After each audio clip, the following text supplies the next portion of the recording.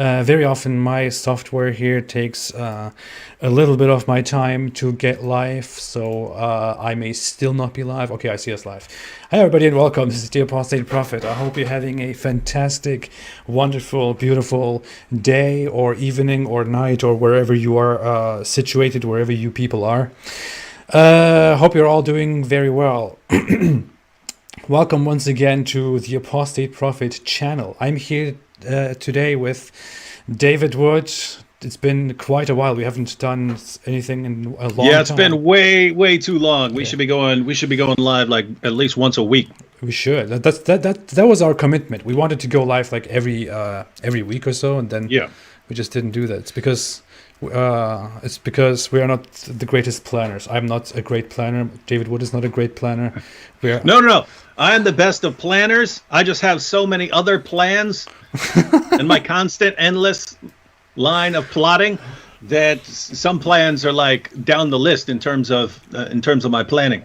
That's the main reason I got a problem with Allah. He runs around bragging about being the best of plotters, best of planners. I'm the best of plotters and the best of planners. Yeah, and Allah is trying to steal my thunder. That's why we got beef. All right, go ahead. No, that's it. That's all I wanted to say. What have you been doing? We've been wanting to talk to each other for quite a while. We wanted to go live for quite a while. What is this? I think there is some freezing going on. I hope everything is okay. Can please everybody tell me what in the world? Oh my God. Yeah. So the question would be whether that's whether they still hear you clearly or you're actually freezing. My CPU usage is about at 99%. That's fantastic, of course. I will try to close my... Oh, God. Hi, everybody. Can everybody still hear me? Everything fine? Nadaverse said, hey, it's good now. I hope it's good. I still see that there's some lag going on. Man. So much mess today. So, if everything looks good, fantastic. I was just very busy. I was actually wanting to prepare a topic on Mohammed's wickedness. That's what the title of this chat is about.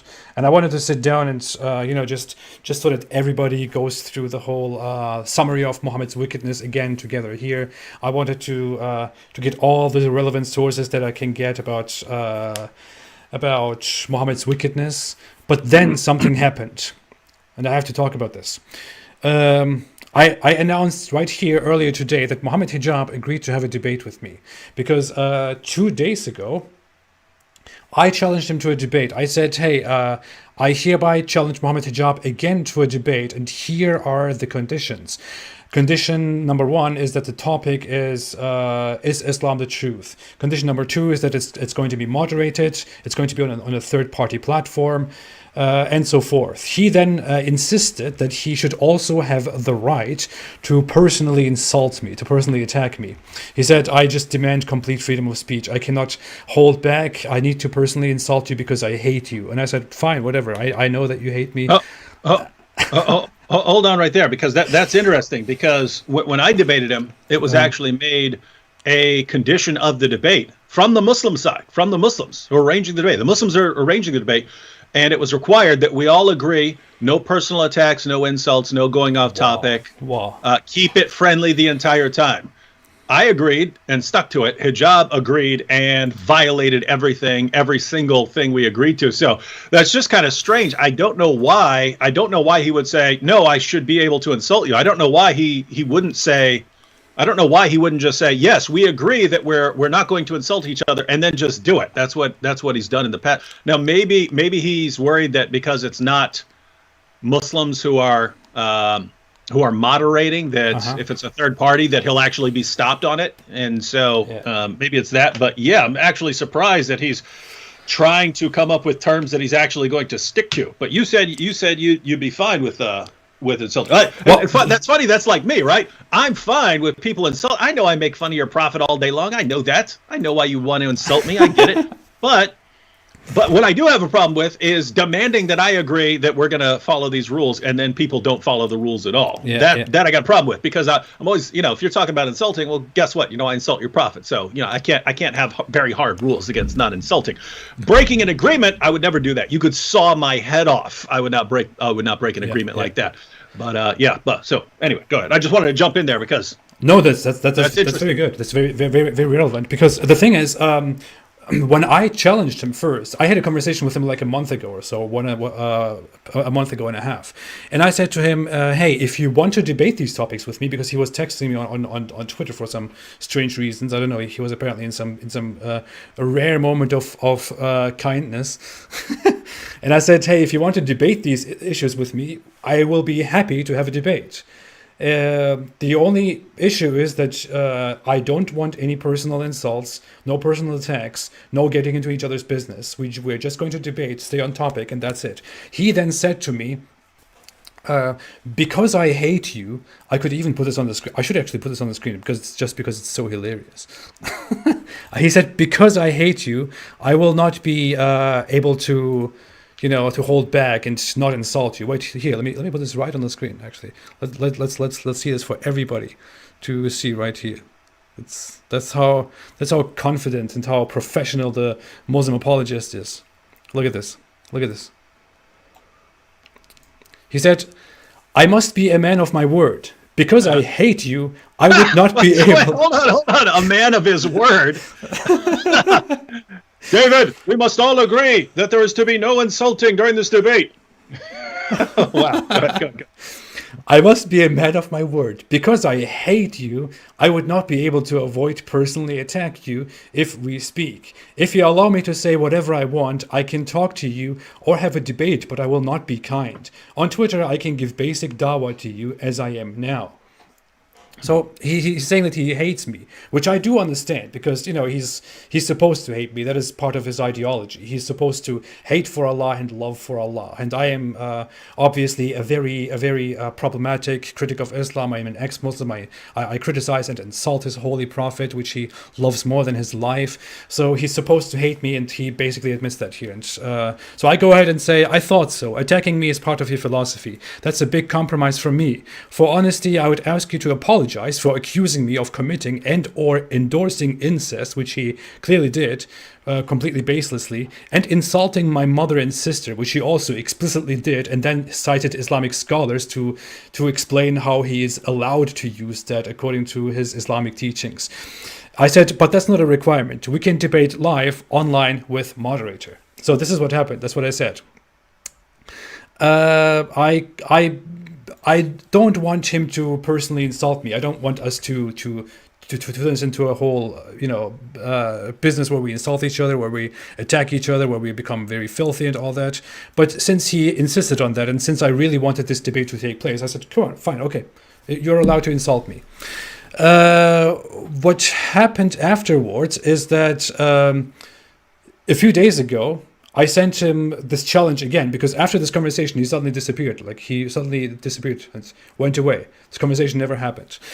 A few days ago, I said, hey, here's my final call. I challenge Mohammed Hijab to a debate.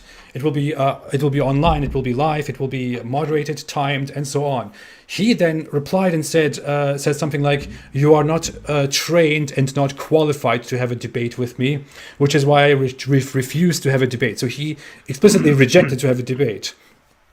He then said, if you want to have a Zoom conversation with me, I can do that. And we all know how that goes. He sends a Zoom link to people, makes a giant show, doesn't let the person speak, and so on. I said, no, you can have a Zoom conversation with your small-minded followers. I'm going to have a debate with you if you want to have a debate. And I called him a coward. I mocked him for a day or so, since he's the guy who usually insults and harasses people. He then finally he couldn't deal with all the mockery, and he then said, okay, I will agree to have a debate. What he did then is to play with the conditions that I offered. Eventually he agreed that we can have a debate on a third platform, on a third-party platform, moderated by somebody else. And I wanted to suggest this guy, where you had your debate with Matt Dillahanty, modern day debate. I thought, hey, that's a pretty good place, very neutral, very good moderator. Let's go and have our debate there. He tried to chicken out there for quite a while. Eventually, he accepted that too. Everything done, I announced today that Mohammed Hijab has finally agreed to have a debate with me on the topic of is Islam the truth. That I'm excited that we will announce the details very soon. And I said this will take place online. Everybody will be able to view it. And suddenly he comes back tonight and says, he says something like, the Apostate has just squeezed in another condition that this should be online. I don't agree to an online debate. I wanted to have an in-person debate, which is why this debate will not take place. That's very funny, because previously he actually explicitly agreed that we would have this debate online. In fact, let me bring this up. Whoa. Based on what you're saying now, I can't believe, because as we all know, Hijab is a man of his word. Of course he is, yeah. He said it. He said so. Look at this. No compulsive liar, no deceiver would ever say that he's a man of his word. Wow. Look at this. Let me go through this. I want to show the dishonesty and the moral wickedness of two Mohammeds here. One is the coward Mohammed from the 21st century that we are talking about today, and one is the other dirty Mohammed from the 7th century. I want to talk about both of them today. Let's first talk about the coward. I want to show some of the screenshots here. Look at this. These are in no particular order. I want to go through these. Look. He said here just today, Apis, he's trying to insult me with my apostate prophet name, has not conditioned an online platform and is desperately trying to wriggle out of seeing me in person out of sheer fear. Why would I be afraid to face him? Like, what is there? Is there something? Is there something threatening about him? Is that what he's trying to imply? Is he a threat to people? This field is not for you. If you want to be a polemicist, you must be brave. I would retire if I were you. So he's saying, I never told him that this would be online. Funnily enough, as you can see here very clearly, I said we can debate live online with moderator. Fine, I will give him the benefit of the doubt, I thought, and assume that he may not have seen this. But then, look at this. He made this poll yesterday. It said, is it reasonable for both me and Apostate Prophet to upload the online debate on our respective channels? So he clearly acknowledges that this will be an online debate. I'm not understanding this because, again, Hijab is a man of his word. Look, then this happened. Look, he made this tweet. I said, this is getting exhausting. You're avoiding the confrontation and acting like it was my fault, when 2 days ago you didn't even want to debate. Online was specified here and in my video challenge to you. Oh, I also made a video challenge in which I also clearly specified that this will be online. Nothing to the contrary was specified ever. Say yes and let's start. And then this follower of mine who was kind enough came here and said he knew you challenged him for an online debate. He even acknowledged that in his poll question posted yesterday. and look what Mohammed Hijab says next. There is a difference between an expectation and a condition. You didn't condition me to an online debate, and it was not a non-negotiable for you. So why would you let this debate not take place because you fear meeting me in person? So I want everyone to understand what's going on here. He's referring to several conditions that I made a few days ago. Conditions like this is a topic, it will be moderated, it will be timed, and so on. Like, just several conditions for when the debate takes place. He agreed to those, and he clearly planned that the online criteria was not part of the conditions. He let all of this go through. He never said anything about anything in objection to the fact that this would be an online debate. And at the last moment, when I started announcing to everybody that we are now going to have a debate, he suddenly said, well, I want a face-to-face instead, not an online debate. You have never made the online condition, which means you are afraid of me. You should just stop doing this. You're obviously not brave enough for this issue. What happened afterwards is you should all go to Mohammed Hijab's Twitter page. He started insulting me, threatening me. He said, so you acknowledged that this was explicitly mentioned and acknowledged by you, but you deliberately agreed to the listed conditions because they didn't contain this obvious detail, just so you could chicken out, you coward. Of course, he didn't take this very well. Look what he posted next. Apus, I want to give you sincere advice. I think you should commit suicide. Not because you're a talentless coward or because you're a waste of space. I think the world is offering you more pain than pleasure. It is not morally objectionable for you, so why not? I guess that kind of makes sense. I mean, since his in Islam, Muhammad is the pattern of conduct for the world, and when anything would go wrong for Muhammad or anything would bother Muhammad in any way, he would rush up to a mountain to hurl himself off. And the angel Gabriel had to constantly rush to save Muhammad from jumping off a mountain and jumping off of cliffs. I guess that's now ingrained into Mohammed Hijab's mind that, hey, if you think something's not going well for someone, then tell him to go kill himself, like our beloved Prophet sallallahu alaihi wasallam. Yeah. It is also very funny. So here is Mohammed Hijab clearly telling me that I should commit suicide on a public platform.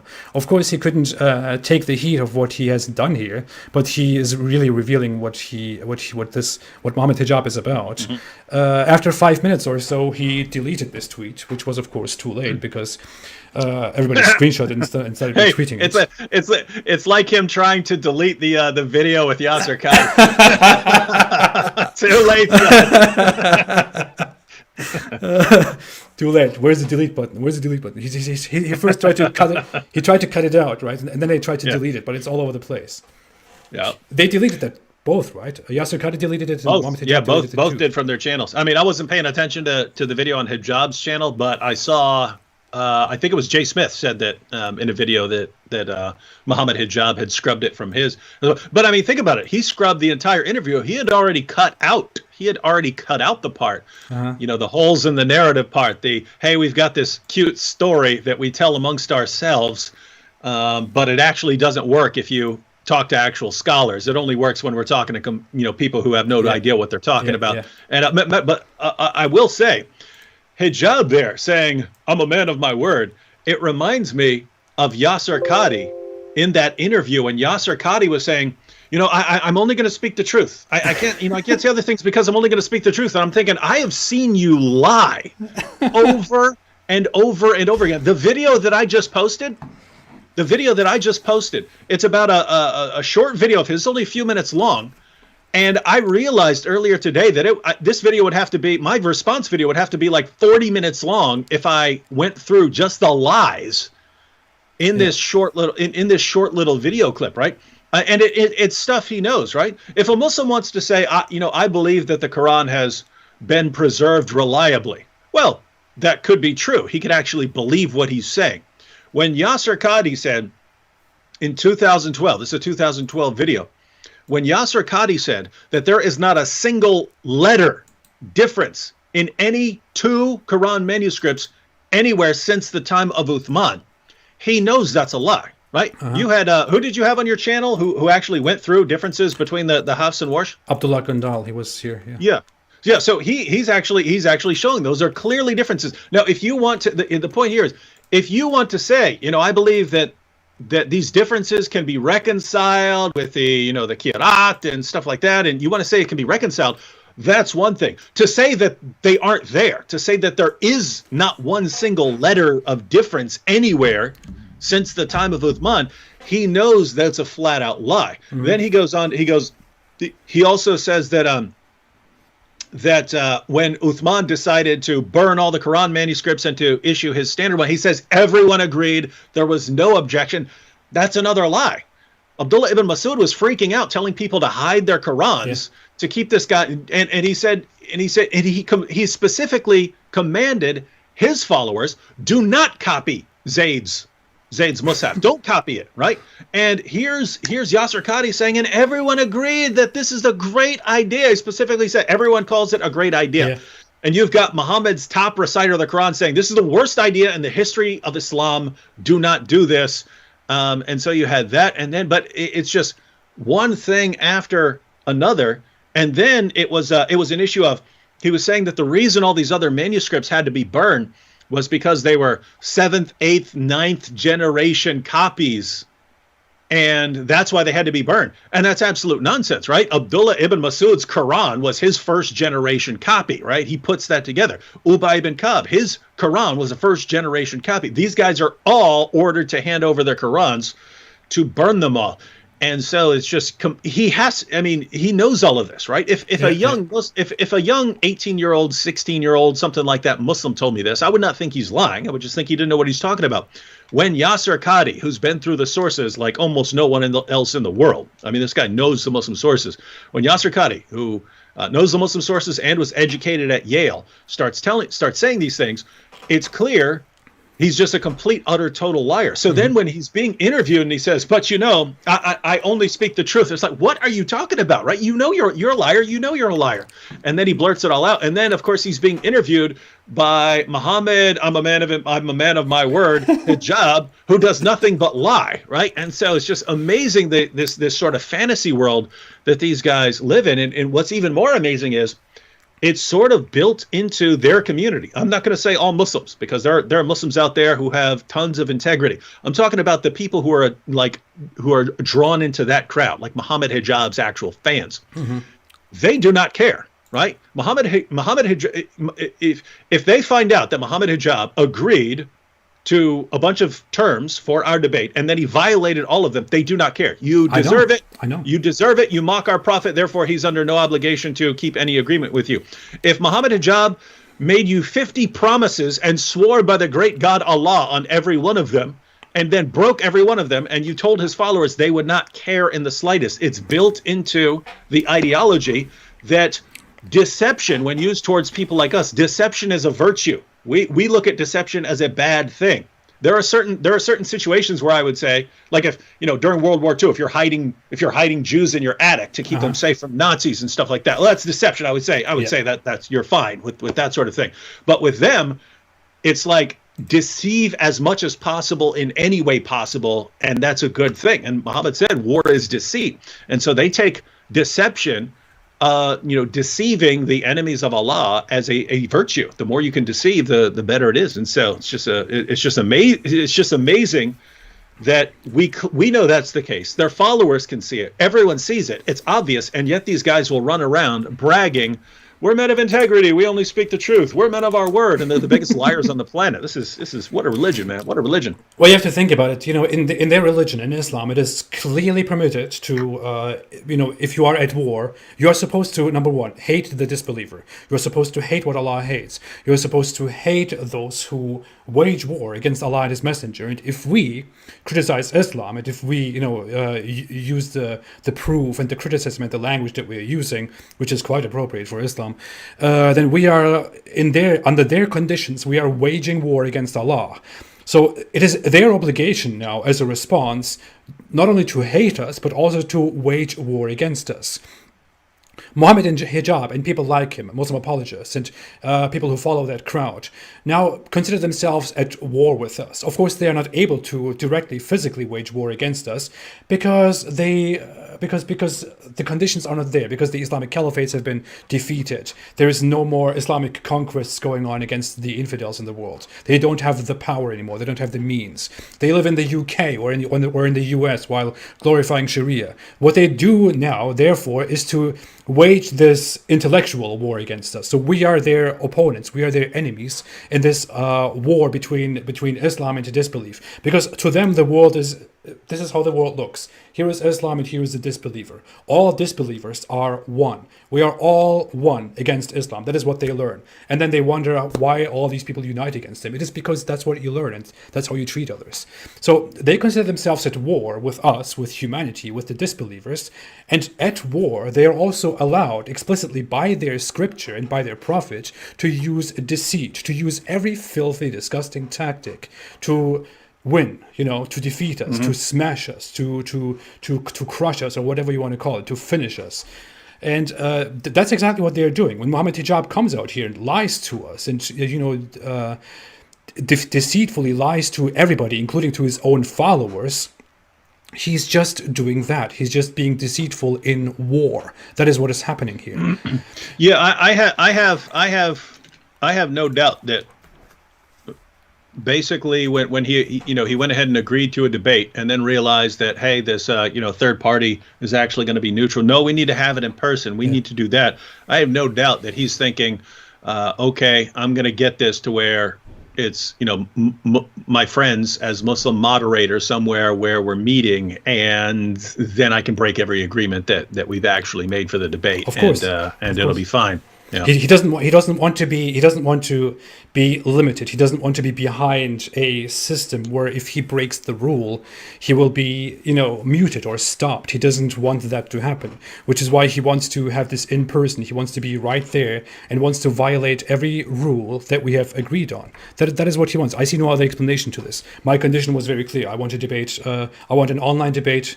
We will do this live. Everyone knows this. So there is only deception, only dishonesty, only filth. And afterwards, after everything has been agreed and the agreement has been announced, to then say, I want it face to face. We never agreed to have an online debate. It is disgusting. It is simply filthy.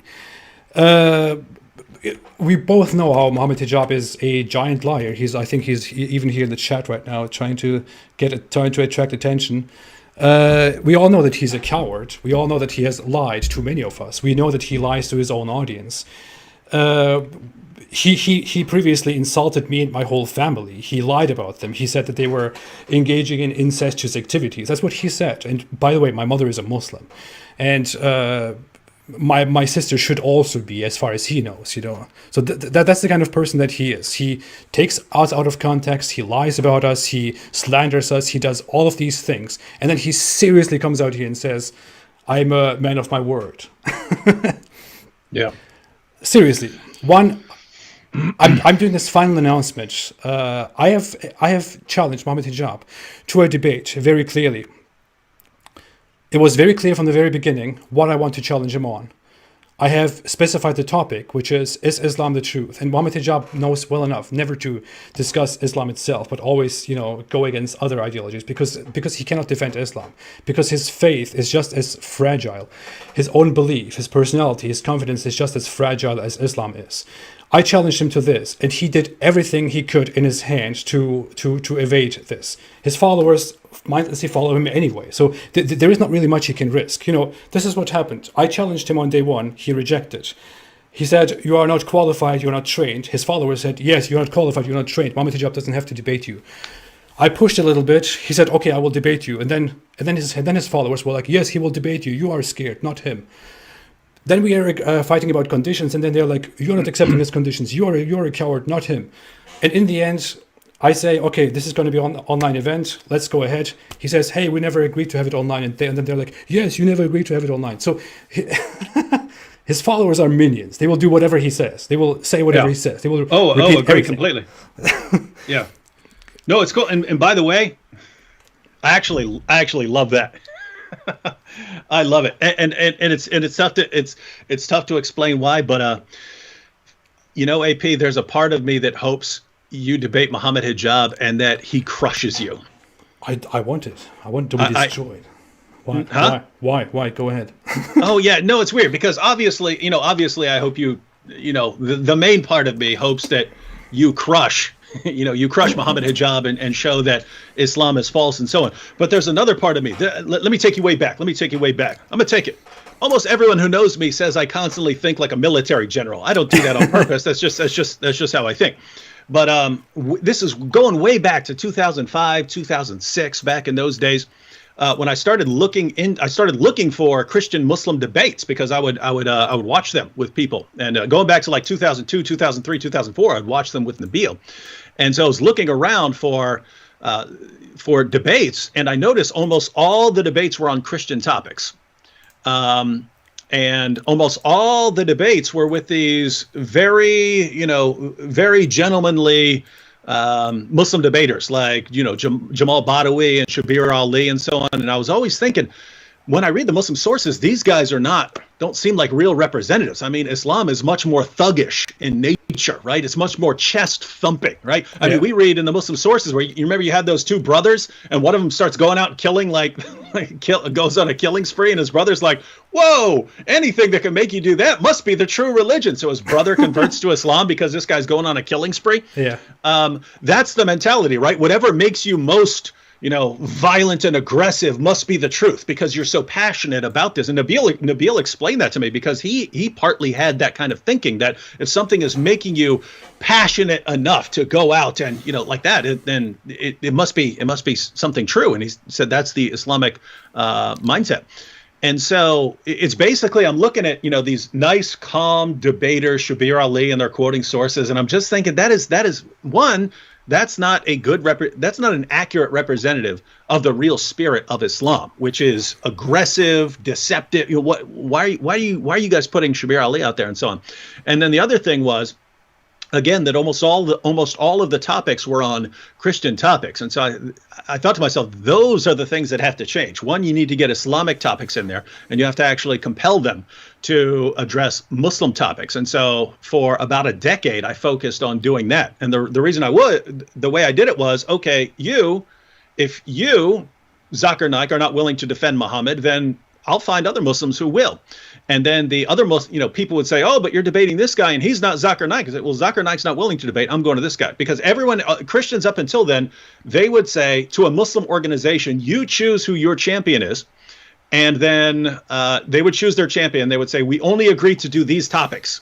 And then so basically they set all the rules, right? And we are only going to address a Christian topic. And they used to say back in the day, this used to be conditions of lots of debates with Muslims. This is before your time, AP. But it used to be a condition. If you criticize Muhammad or the Quran in any way, in any portion of this debate, the entire Muslim audience will get up and walk out. Really? So yeah, this was a condition back in the day. So I'm looking at that and saying these are the things that need to change. So one, need to get Muslim topics in there, and two, you need some debaters who are better reflect the true spirit and heart of Islam. So ended up getting it. I've done like 7 or 8 debates on Muhammad by now, just by using that approach and now it's pretty standard to have a mixture of topics, and to insist upon as many Islamic topics as there are Christian or non-Muslim topics.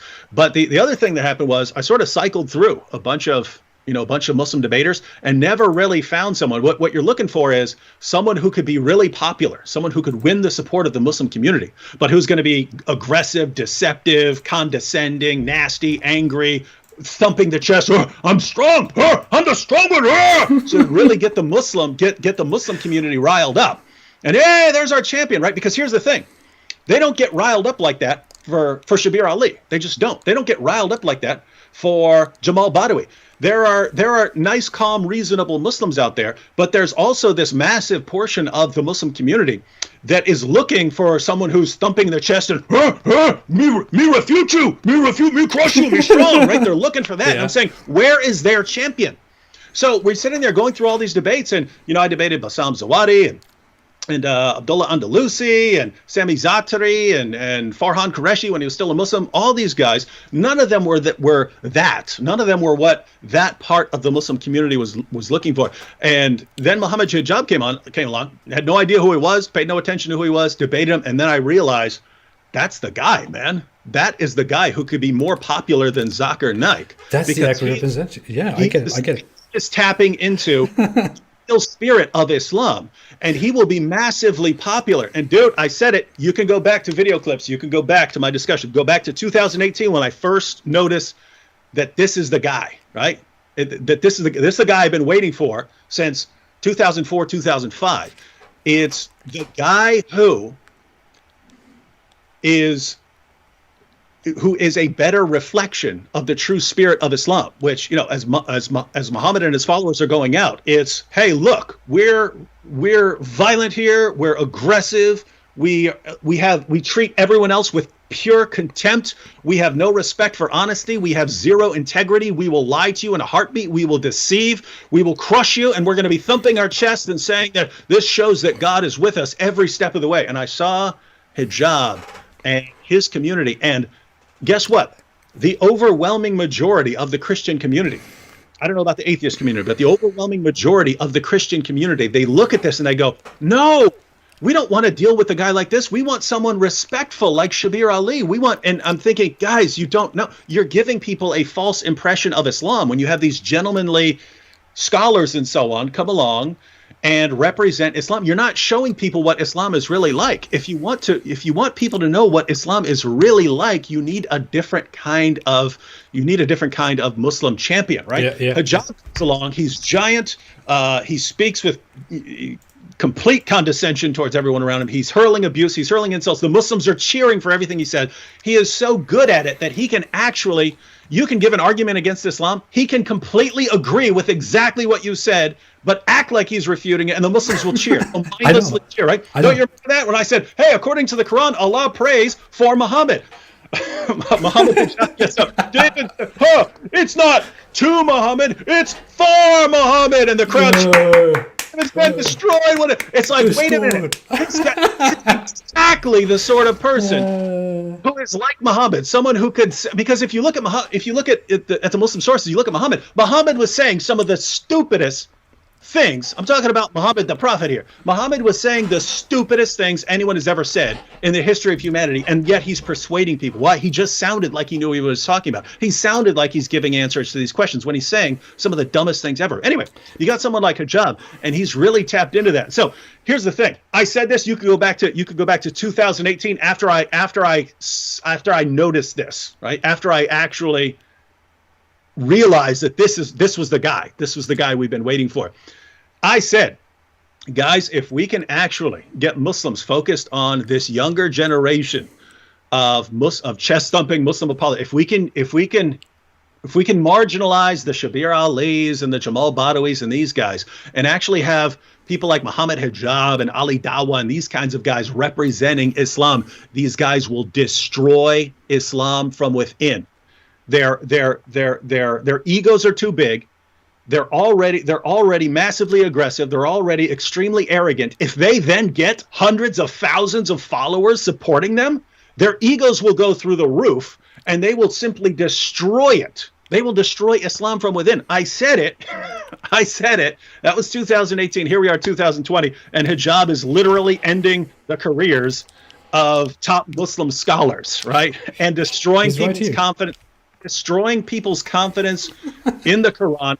There's been nothing like this in my lifetime that came through the Quran, the story of the Quran, the narrative of the Quran, like a wrecking ball, like Muhammad Hijab just did in his interview with Yasser Qadhi. Nothing like this. I mean, this endless material. And so we're in this situation. That's funny. I want to say that. It was always expected that we, the enemies of Islam, would destroy Islam, and that's the talk. And then it is the one of the biggest contemporary scholars and one of the biggest apologists coming together and destroying Islam so massively that they have to delete it to make it disappear, which will not happen. Yeah, and the reason for that is the younger generation of Muslim apologists, they don't have the kind of wisdom about what you need to keep off limits and what you need to keep quiet and what you need to not comment on and what you need to you shouldn't discuss in public. They don't have that. It's full speed ahead. We'll crush everything that gets in our way. And Islam is proven true by everything. So they want to bring everything to the surface. And I knew it. I could tell these guys would destroy Islam. And that's why I said there's a part of me that hopes Hijab just crushes you, because I don't want him to get less. I mean, think if you went in there and wrecked Muhammad Hijab, and then people stopped following him, we're not done with Muhammad Hijab yet. He's going to be too useful to us, right? Think if he just ended Yasser Qadhi, it's like it was a joke, right? Get out of here, Yasser Qadhi! Boom, done. I mean, Yasser Qadhi was a guy who just a few years ago, James White was bowing to this guy. Yes. You're my source of all information on all things Islamic, right? So he's sitting here praising, and now he's gone. He's done. No one wants to come within 1,000 miles of this guy. And and here's the thing, Hijab is just getting started. So what I'm worried about right now is that hijab is going to recognize, whoa, I need to be more careful, man. If someone tells me don't, he doesn't want to talk about something, I need to not talk about it. I'm worried about him pulling back, looking at the damage he's caused, looking at the Muslims who are apostatizing because they recognize that their beliefs about the Quran are complete nonsense and that it was exposed on Muhammad's channel. And then seeing hijab and Yasser Qadi and all them delete it, and all these Muslims are going, what? Why are they deleting all this stuff? What did they come watch this stuff on our channels because they're deleting it on their channels, right? I'm thinking, hijab might actually pull back and say, hey, I need to grow in maturity and so on before I go out there like this. But if something happens where he crushed the apostate prophet, then everyone would cheer him on again, and that arrogance and narcissism would fill him again. And then what would happen? Well, he would go out full speed ahead. And who's going down? Zakir Naik's about to get crushed by this dude, right? Everyone's going to get crushed.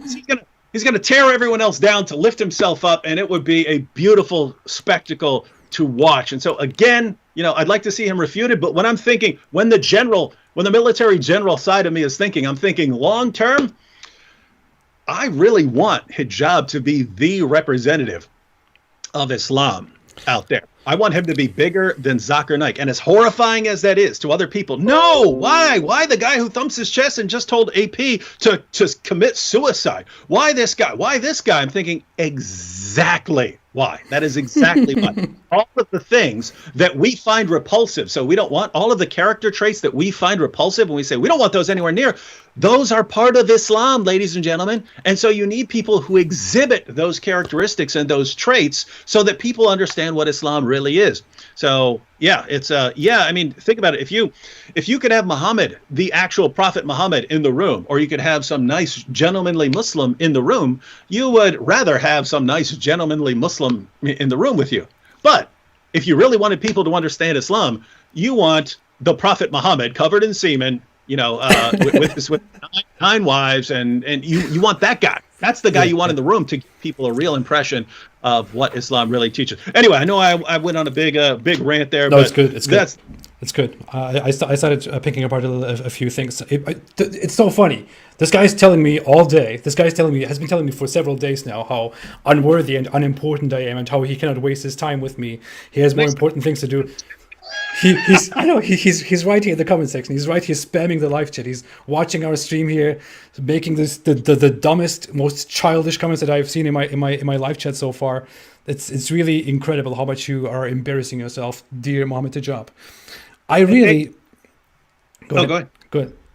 Oh, I was just going to say it's kind of funny because over on my channel, me and Sam Shamoon, we had Muhammad Week. We said any Muslim, 1 or 2 Muslims at a time, who wants to call in and join us live, we will give you time to make a case for your prophet, for why people should believe that you are a prophet, that Muhammad's a prophet, and that we would then have a friendly discussion about your reasons. And all the Muslims are saying, Muhammad Hijab will destroy you. Ali Dawah will destroy you. These guys just never call in. And it's the same Adnan Rashid. And it's funny because Adnan Rashid and Fareed Responds and all these guys, they have all the time in the world to make videos about us.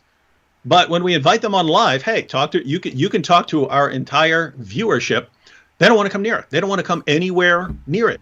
And it's to defend their prophet. And guys, I'm sure you're not shocked to find out, but it is difficult to find Muslims who are actually willing to defend their prophet. They want all of those topics off limit. They don't want to come near defending their prophet. And so let me tell you something. Speaking of Ali Dawah, Mohammed Hijab is right now doing exactly what Ali Dawah did. He's doing exactly that in different ways, but he's kind of doing what he did. Ali Dawah, several months ago, maybe half a year ago, maybe more, I don't know. I've completely lost my perception of time since that, dealing with these people. He asked me, he said, hey, I will destroy you, you boy.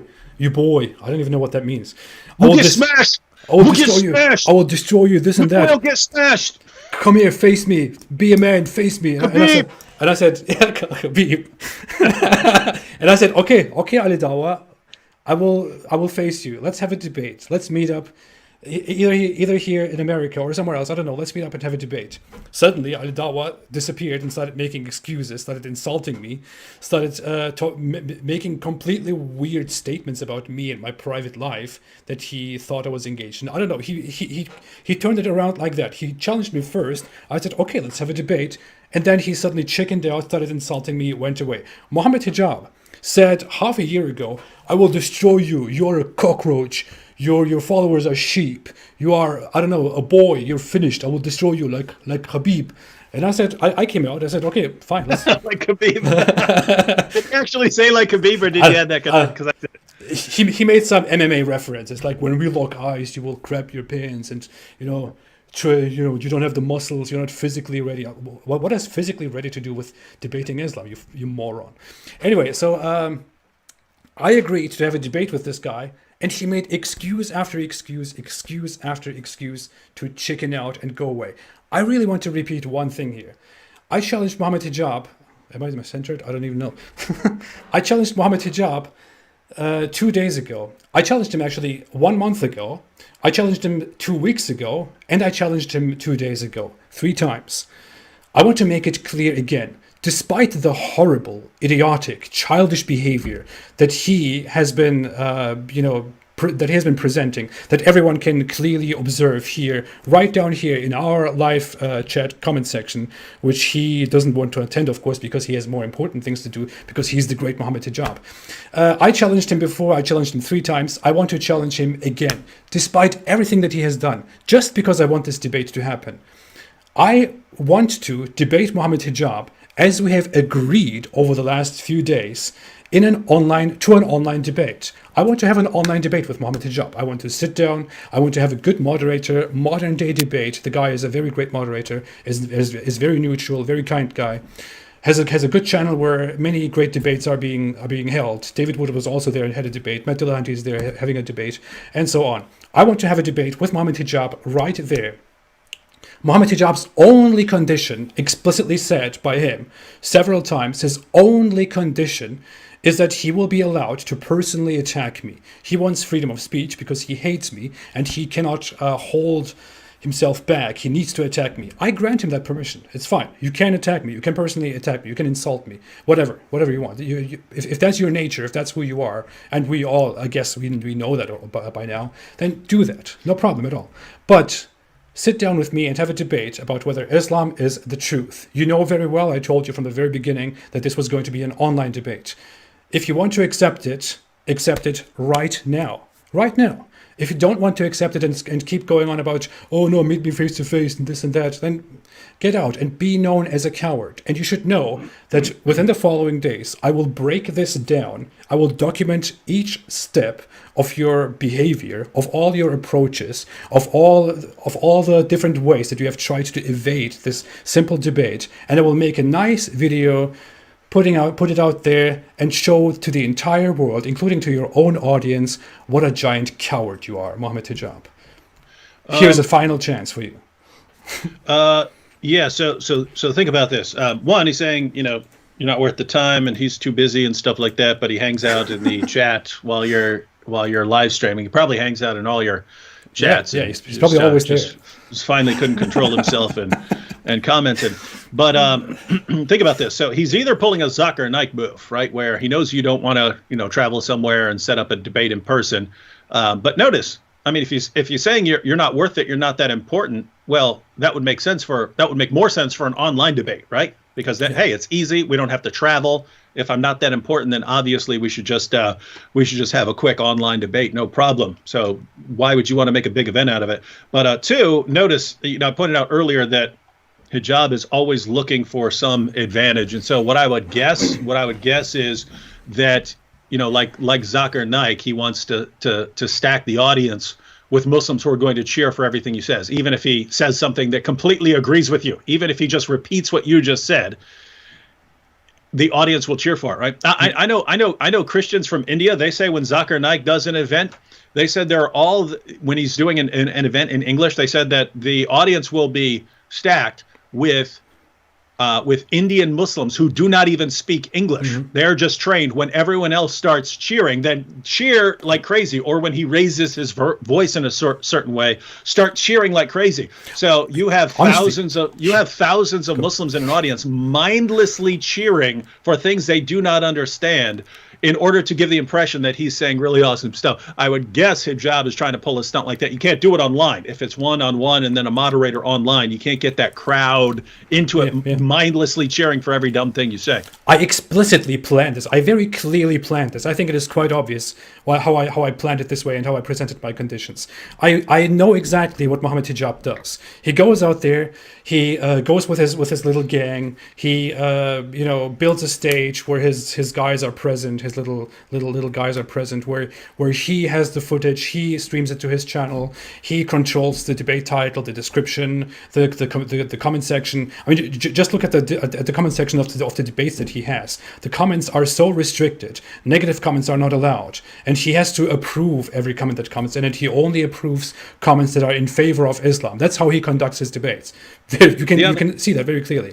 The other comments get abrogated. Yeah, like his discussion with Yasser Qadi. So Mohammed Hijab manipulates public opinion whenever he has an encounter with somebody else who challenges him. He also does this typical thing where he wants to act like an MMA fighter and stand in front of a crowd, have a bunch of Muslims there, and just have these childish exchanges with them, like ask them to raise their voice and to applaud him, and do all these weird things. Just look into the room for validation, because he has nothing in his head and he has no confidence, and his faith is a bunch of garbage.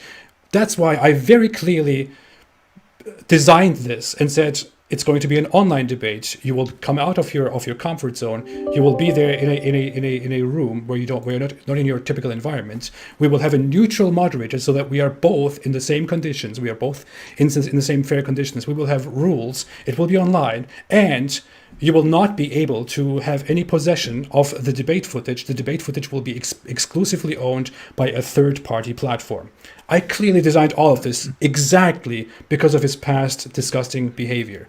And no, he didn't do it. You filthy kafir. Let me tell you what the rules are going to be. We're going to meet in person, and the moderator is going to be Muslim, and you have to agree to a bunch of rules, which I'm not going to follow at all. I'm going to break everything we agree to, but you have to stick to it.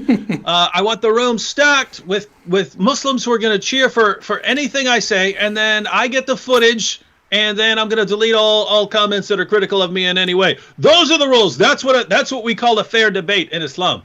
And if you do not agree to it, you're a coward. You're a coward. You're scared to meet me in person. You're scared. He's scared of me. I destroy him. You're scared you get smashed like my boy Khabib did. Khabib, watch some MMA. I was getting ready. I was getting into the mood. Like, he finally told me that he has accepted my conditions. He's going to have a debate with me. I was putting some MMA videos in line. I was trying to go to the gym. I was going to hit the gym to get my muscles here in shape. I was trying to find out more about the story of Khabib and how he defeats his enemies, his opponents, how he smashes and destroys them. I was really preparing here, but unfortunately, I did want to say though that the reason it is so awesome to do what we do right now, the reason this is so fun, is that the other thing, I talked about things I planned in 2004, 2005, 2006, 2007, these times, when I'm thinking, hey, what needs to change and what needs to get done. And, for years, I don't say this stuff in public because you don't want to know your plans. But I've come to realize that, massive portions of the Muslim community, they sort of can't stop themselves, right? They can't say, oh, David said this, therefore we'll do something else. So I could pretty much say exactly what I'm thinking. There's nothing they can do about it. They're sort of locked into their approach. But the idea is, my goal, when I thought of what is like the dream situation, if you really want to do damage to Islam, if you want to see Islam, the ideology, crumble in our lifetimes, what do we need? And I just thought, well, Islam is really personality and authority based. I'm sure you've experienced this probably tens of thousands of times, AP, where you can give an argument, they don't respond to the argument, they attack you, right? So it's So it's I lay out my argument and then, you can't trust David, he doesn't speak Arabic. You can't trust Apostate prophet, he was not a real Muslim before, right? It doesn't matter, right? It's to discredit the person. It's like, wait a minute. If I lay out an argument, if I say all men are mortal, Socrates is a man, therefore Socrates is mortal, that argument stands or falls on its own merit. It doesn't matter who it's coming from, right? I'm irrelevant. Exactly. That could be coming from a man, could be coming from a woman, could be coming from an atheist, could be coming from a Christian, could be coming from a Muslim. The source doesn't matter. It's whether the argument is good or bad. In Islam, the main goal of their apologetics is to discredit the person who's giving the argument, in order to convince Muslims that you should not listen to the argument, in which case you do not have to examine the argument or respond to the argument. So I basically recognized years ago, man, we could get into this dream situation, this perfect fantasy world situation. Like, you couldn't dream of a better situation than this if you want to really blast away at Islam. If we can get into a situation where we are blasting away constantly, endlessly, daily. We're blasting away at the foundations of Islam. We are discrediting Muhammad. We're discrediting the Quran. We're shattering the myths that their entire religion has been founded upon. If we can get into a situation where we've got our canons and we're constantly blasting away at the foundations of Islam, but Muslim apologists are so enraged at us, and their ideology somehow compels them to be authority and personality based, we'll get into a situation where they're blasting away at us, constantly attacking us, trying to discredit us. Meanwhile, we're blasting away at the foundations of their religion. If we can get into that situation, they're done. The ideology is done. It's a matter of time. The reason it's a matter of time is, at the end of the day, ladies and gentlemen, I'm inconsequential. AP is inconsequential, meaning we're not foundational to anything. You could say you like us and we do great work. That's not the same thing. There are other people who can come along and do great work. There's no one else who can come along and be Muhammad for Muslims. There's nothing else that can come along and be the Quran. If Muhammad and the Quran and the myths that they're founded upon are shattered, there's nothing else, right? So if we get into the situation where we're going after the foundations of their religion, but they can't stop attacking us personally, guess what? If we do massive damage to Muhammad and the Quran during our lifetimes, and by the end of our lives they convince us, don't believe in them, they're jokes. Great, what have you done? We weren't relevant. We weren't relevant to anything. There is no ideology that depends on us, right? Islam depends on Muhammad and the Quran. So if we're discrediting Muhammad and the Quran and you're discrediting us, you lose. You're going to lose, and it's a matter of time. So I've been thinking about that, getting into that situation. And then I look, and then there's like 40 Muslim channels that are all dedicated to attacking my videos and attacking me. And meanwhile, I'm blasting away at Muhammad and the Quran constantly, and they're attacking me. And I'm like, do you not realize you've already lost? Done. You're done. We're locked in. Might be 3 years, might be 30 years, but you've already lost this one. Amazing. That is one of the. I mean, that's kind of in the direction of why I wanted to have this debate with Mohammed Hijab. This is, the topic is very clear. If you look at the history of Mohammed Hijab having debates with people, he never ever debates Islam itself. He never debates the truth and the theology of Islam itself. He debates about morality, which you can debate about forever. It will not do a thing. He debates about other ideologies. None of that will do a thing. I want to stand with this guy and just debate about Islam itself. The core, the foundation of everything that he believes in and that his followers believe in. I knew exactly that he would never accept this debate, unless maybe he will be pushed enough that he won't want to be a coward, won't want to be called a coward anymore, and will probably maybe eventually accept the debate, which will be a huge mistake for him. But I knew exactly that he would do everything to run away from this. I will still publish a video about what a giant coward he is, because he has demonstrated it so badly and he has been a disgusting individual.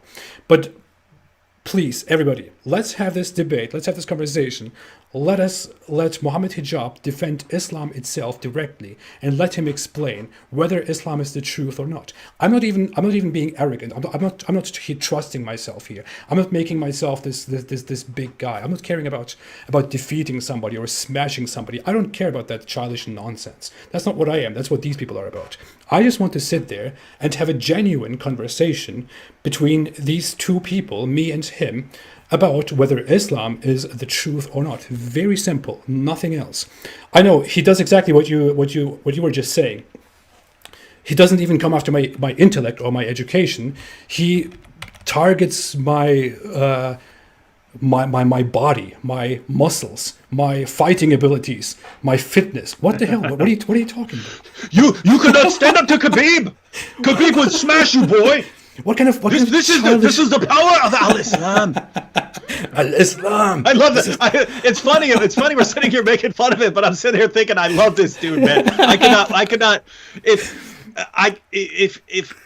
using my limited creative abilities, if you had said, David, design the perfect representative of Islam that you want for the future, I could have come up with like 85 to 90% of Hijab, but he's better. He's better than I could have dreamed of. I wouldn't have dreamed of the like 6'8". It wouldn't have entered my mind. I wouldn't, because there just aren't a lot of people like that.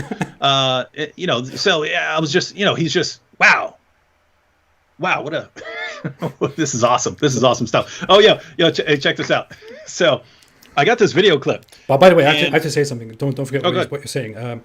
The stream was called Mohammed's wicked morality, but we have spent an hour talking about Mohammed Hijab's cowardice instead. So I changed the topic. And made it Mohammed Hijab's cowardice. I'm very sorry about that. Yeah, you can always change the topic afterwards so that people who are clicking on it know what they're going to do. I do that all the time. Change the topic after we find out what we're actually. Sometimes topics change. Yeah. But Hijab. So in our debate, when I said, "Hey, look, according to Quran, Allah prays for Muhammad," Hijab got up. This is a career-ending mistake for David Wood. He doesn't know Arabic. Let me show you. It's not Allah. It's Allah prays for Muhammad, not to Muhammad. And the crowd burst into cheers. Right? Said exactly what I said. Allah prays for Muhammad. Right? Now check this out. Now obviously after the debate, he caught some flack over that, and people were asking about it. I got a video of him talking to Hatun Tash. And notice, I can make a video about this right now. I talked about it on a live stream way back in the day, but I can make a video out of this to really show this guy's character, because I don't remember what it was. A week or two later, he was at Speaker's Corner, and Hatun Tash asked him, "Well, why did you say that Allah prays for Muhammad? You admitted that Allah prays for Muhammad." He said, "No, I didn't. No, I never said it. And then so she starts looking for the video clip. She starts looking for the video clip of him saying it. And then, paraphrasing here, we could find the clip to I still got it on my computer, but we could actually look at what he said. But think about this, ladies and gentlemen. He's talking to Hatun Tash, and then he responds to Hatun Tash. He goes, "Oh, I get it. You don't speak English very well, so you're confused. You think I said Prays, praise, he prays, when I said Praise, praise. See, that's your problem. You don't know English." And then, of course, his fans, his little crowd at Speaker's Corner, all cheering. And I'm sitting there looking at that going, wait a minute. There is no way that's what he said, right? You don't say Allah prays for Muhammad and Praise. It doesn't make any sense. He would be the one who doesn't speak English there, if that's what you were saying. But he knows that he's talking to Hatun. English is her second language. But notice the parallel, right? When he's talking to me, he agrees with me completely, lies about what I said, and then, it's because David doesn't speak Arabic, and his fans cheer. Then he's talking to Hatun. He does the exact same thing, except he lies about what he said, and then attacks her English ability. And then his fans love it. Yay! Muhammad destroyed her. And I'm like, this is your champion, Muslims? A guy whose primary tactic is lying and then attacking your language ability, and then getting a crowd who can't follow anything that was said but are going to mindlessly cheer for it. This is the champion. And we discussed that in a live stream back then, and it was shortly after that was shortly after the debate, but it was shortly after that I realized I'm actually going to stop going after this guy, because I want this guy to blow up in popularity for a while. Let him blow up for 5 or 10 years, become bigger than Zakir Naik, and then they will have this the great ape of apologetics here. So with Ali Dawa, his bigly. You're probably too. Are you too young to know what that means? bigly what? You don't know what that means? No, no. There's a cartoon way back in the day with Great Ape. That's not an insult. He was just this giant. He was just this giant, like 40 foot tall. And then he was so big that he would skateboard on a van. Uh-huh. And then his buddy was bigly. And so in my generation, you called any really giant person, you just called him Great Ape. Like, hey, Great Ape. And so that's what comes to mind when it's Hijab. But my goodness, right? This is the method. And guess what? Here's what's amazing. They love it. His fans love it. I know. You could sit 1,000 of his fans down, line them all up, and say, "Okay, I said this. He said the same thing. Made up something that I didn't say. Then agreed with what I said. Then claimed to destroy me on language. Then, in case you thought that was an accident, in case you thought no, maybe he just slipped, he wasn't paying attention or something, it was an accident. He then goes somewhere else in a completely different part of the world with a woman." Does the same thing, lies about what was said, then attacks her language ability, then gets all his fans to cheer. Do you guys have any problem with that? They don't. As long as it sounds like, as long as you give the impression of victory, as long as you are thumping your chest, as long as you're doing that, they love you. And so this is why I say, man, you cannot have. I challenge every one of you out there. Show me a representative of Islam who should be a Muslim apologist, who should be representing Islam in debates. Show me someone who would be a better reflection of the true heart and spirit of Islam than this guy who just told AP to go kill himself. Yep. Who's better? There is no one. It's the total package. Deception, aggression, all of this stuff. Gosh, man. I said at one point, at some point, like probably over a year ago, I said, man, if I didn't actually want my money to be used for dawah, I would actually fund these guys. I would bankroll them to take over the Islamic apologetics world, because that's recently what happened with this guy that was over at my channel for a discussion, Daniel Hikikachu. I invited him here. He made a complete idiot of himself. He said the most horrible things. His logic was so incredibly awful.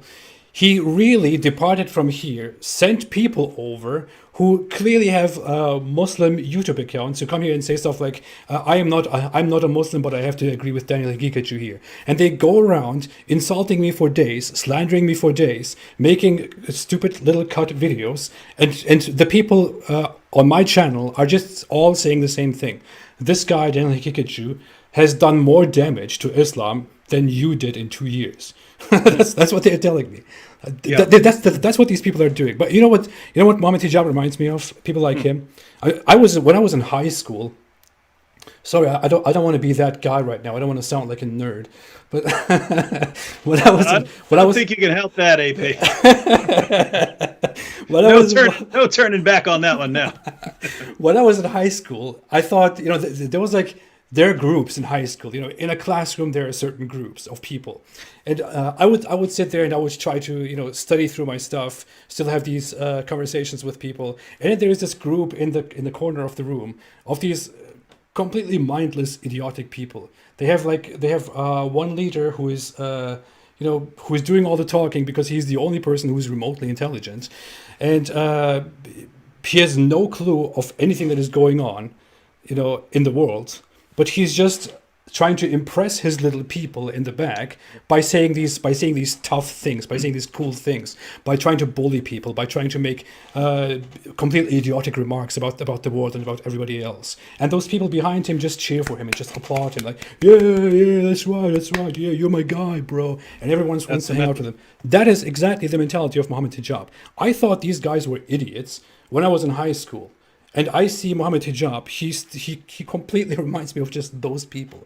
I don't see a difference. I kind of understand it when you do stuff like that when you're 16 years old, Mm-hmm. If you do stuff like that when you're 16 years old. But we have a guy here who's like, I don't know how old he is. He's like close to his 40s or something, and he's still acting like a complete little moron. And I know you're a Christian, David. I don't want to get into these things, but I bet you are seeing what he sees, what Mohammed Hijab is currently saying in the comment section. Last comment I saw, he was saying, I should give you a golden shower or something like that. Yeah, just in case everyone is not familiar. So earlier he told the apostate prophet to kill himself, and now he's saying that I should urinate on the apostate prophet. Now for sexual pleasure, by the way. So this is Europhiliac. This is your representative, dear Muslims. Yeah. This is the guy that you are all proud of. And here's what's interesting, right? There are tons of Muslims out there who would be horrified at this, saying, "Whoa, no." And there are other Muslims who, yes, tell them to give them golden showers. Just like, you smashed him. Your boy got smashed. Right? There are people like that. But guess what? When you go back to the Muslim sources and you ask who's a better representative of Islam here, what did Muhammad say? If anyone brags about his lineage, tell him to go bite his father's penis and do not use a euphemism. That is a quote from Muhammad. What did Abu Bakr say? In the presence of Muhammad, when they had one of the unbelievers here, he said, go suck Allah's clitoris. Yep. Go perform oral sex on your goddess. That's how these guys talk. So when you see someone like Hijab, golden shower, me Hijab, right? That's exactly what Muhammad and his companions were like. Exactly, right? That's exactly what they were like. Muhammad Hijab is supposed to be this morally amazing representative of the Muslim community who fights against the Islamophobes because he represents Islam, which is of course in possession of this amazingly great morality. Here's a series of four or five screenshots that I have just taken from all the stuff that he has said in the comment section. Number one. Mohammed Hijab said, get on your knees for David Wood. This is your Muslim apologist to Muslims. Number two, David Wood can give you a golden shower. He is very familiar with that term. He said, go ahead and give David Wood what he wants. He's, of course, implying again something sexual. Get on your knees for your master boy. That's what he also said. He's still going on. This is just the stuff that I got so far. I wanted to talk about the wicked morality of Muhammad here in this live conversation. You're done, dude. You got it. You got everything you need. I have the wicked morality and the cowardice of Muhammad from the 21st century, of Muhammad Hijab right here. It's right there. And all inspired by Muhammad, by the holy prophet, by the amazingly moral prophet Muhammad. This is what you people are. And it's funny because he can't even come back later and say that's not him because it's got the check mark by his name on the screenshots. Yeah. It's got the check mark. And you can go on his profile. You land directly on his channel. You can make endless videos. Again, I'm gonna let him slide for a while longer because this dude is too useful. Dude is too useful to what we do. He's basically amplifying it, right? He's amplifying everything we want. We say, hey guys, the Quran's been changed. The Quran's been altered. We try for years, and all of a sudden, Muhammad Hijab, in an hour and a half interview, completely just destroys the faith of Muslims in the Quran, right? Yeah. I've been trying for years to do that. He did it without even trying. That's how awesome this guy is. That's our new champion, man. Muhammad Hijab with his check mark that he got from dear YouTube by telling people that people should be executed for leaving Islam, is now here crying and telling people to take a golden shower and to give each other oral sex. AP, think about it. We can't get check marks, right?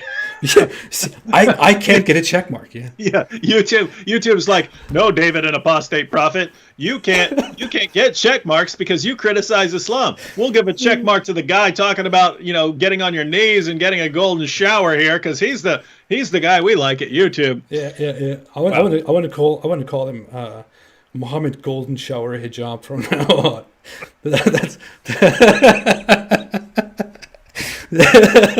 That's what I want Muhammad Hijab to be from now on. Muhammad Golden Shower Hijab. That's what Muhammad Hijab. That's stuff that I don't say.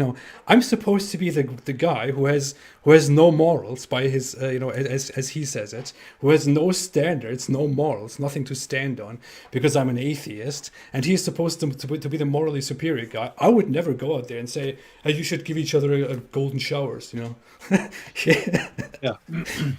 I mean, for real, we blast away at Muhammad, but we don't have to we don't have to make stuff up, and because it's all there, right? We can go around saying, hey, why don't you go follow someone who's covered in semen? We don't have to make that stuff up, right? They do that, right? So it's yeah. It would never occur to me to talk like that anyway. Everybody, here's the thing, AP.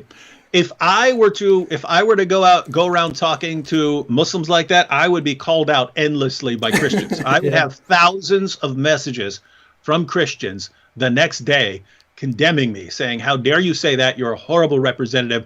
And here you have the new champion, the Khabib of Islamic apologetics here. Golden showers. Get on your knees for him. Go kill yourself.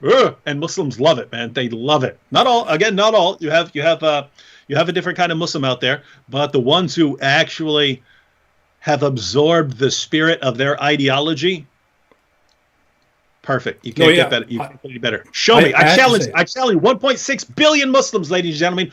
Show me one person in the world who deserves to take the reins of Islamic apologetics more than this guy. I have to say, there are definitely Muslims who will appear here in the comment section or after this live chat who will go out and say, hey, I completely disagree with what Mohammed Hijab has said. He has acted disgustingly. This is not how we act. There will be Muslims who will go out and say that. I have no doubt about that. Although I have to say, I suspect that most Muslims who say that they don't agree with Mohammed Hijab's approach will also say, but apostate prophet deserves this and this and this and that and that and that. But of course, I grant it. There will be Muslims who will go out there and say, I really don't agree with Mohammed Hijab's very immoral and disgusting behavior. But here we are. We have currently the biggest representative that these young Muslims are so proud of, the biggest Muslim apologist that these people are so proud of. He's telling us to take golden showers. By the way, to all the viewers, to everyone who's in the comment section, please let me know how you like the idea of having a poster back there of Mohammed golden shower hijab. That would be a fantastic thing for my background. Tell me what you think. AP, and I mean, think about this, right? This is the guy. This is the guy who's being put. He's being put forward by Zakir Naik, right? Yeah. Zakir Naik's calling him, right? And then you've got Yasser Qadhi going on shows with him. You've got all these Muslims going on shows, and he's over here, golden showers. I mean, see, I told you I'm not interested in going after Mohammed Hijab except for in a fun way. But right now, Muslims are locked in. They've got nowhere else to go. They're going to Mohammed Hijab. He's going to become your champion. It doesn't matter what he says, and he's proving it right now, right? So I'm not interested in going after him, but you could in theory use this against Zakir Naik, and as more problems with Yasser Qadhi, right? Say, Zakir Naik's new champion talks about, and then you've got, the golden showers and stuff, and say, this is the guy that Zakir Naik is championing and telling to go out and represent Islam. Wow. Now we're understanding a lot about Zakir Naik and what he really thinks. Yeah. This is so funny. You see the giant hypocrisy, the giant moral hypocrisy on these people's parts. It's so amazing. No, it goes into them just living these complete double lives, right? I mean, imagine when I debated him, apart from the issue of him violating every agreement that he made. And again, they weren't agreements. They weren't my ideas. These are things that the Muslims said, you have to agree to these things. So we agree to them. He breaks all of them. Spends every time he gets to speak, he insults me, which I normally wouldn't care. I wouldn't care at all. I get insulted all day, every day. I'm kind of used to it, right? But then when one of the times he was speaking, he goes, and we don't insult their gods. I'm thinking, what? That's all you guys do. That's all you guys literally spend all day, every day attacking the Trinity and the deity of Christ. And so, but they want it both ways. They want, hey, you see, we don't insult other people's religions, when that's all they do. That's all the Quran does. But they want the Quran mocks their gods. They want the reputation of someone who would be so tolerant that he wouldn't criticize another person's beliefs about God. And yet they still want to mock people's beliefs, right? So they want it both ways. But it's the same thing with morality, right? We want to be the noble pillars of morality, and yet we want to be insulting people in a way that you would not expect this from the lowest of the low, right? I mean, the worst, nastiest insults you can come up with, these are put forward by the champion. Watch him after this. If he catches flack over it, if it actually gets back to Zakir Naik and Yasir Qadhi and stuff, you're gonna say, "Oh, my account was hacked. My account was hacked. It was not me. Someone hacked my account and posted those comments." No, you know what? To be very honest, David, Mohammed Hijab can say the worst things that come to his disgusting mind. He can say the worst things. He's still going on, by the way. People should take screenshots of these. All of that stuff, yeah. People, everybody, you should screenshot these things and spread them everywhere. This is what Mohammed Hijab is. But Mohammed Hijab could say the most filthy things that come to his mind and the worst things that come to his mind. And these things could really be issues that the great Muslim apologists, the Muslim scholars, and the most Muslims in the Muslim community disagree with. He could do the filthiest, most disgusting things. All it would do is that an Islamic scholar would sit down with him and would say, "Hey, you shouldn't have done that."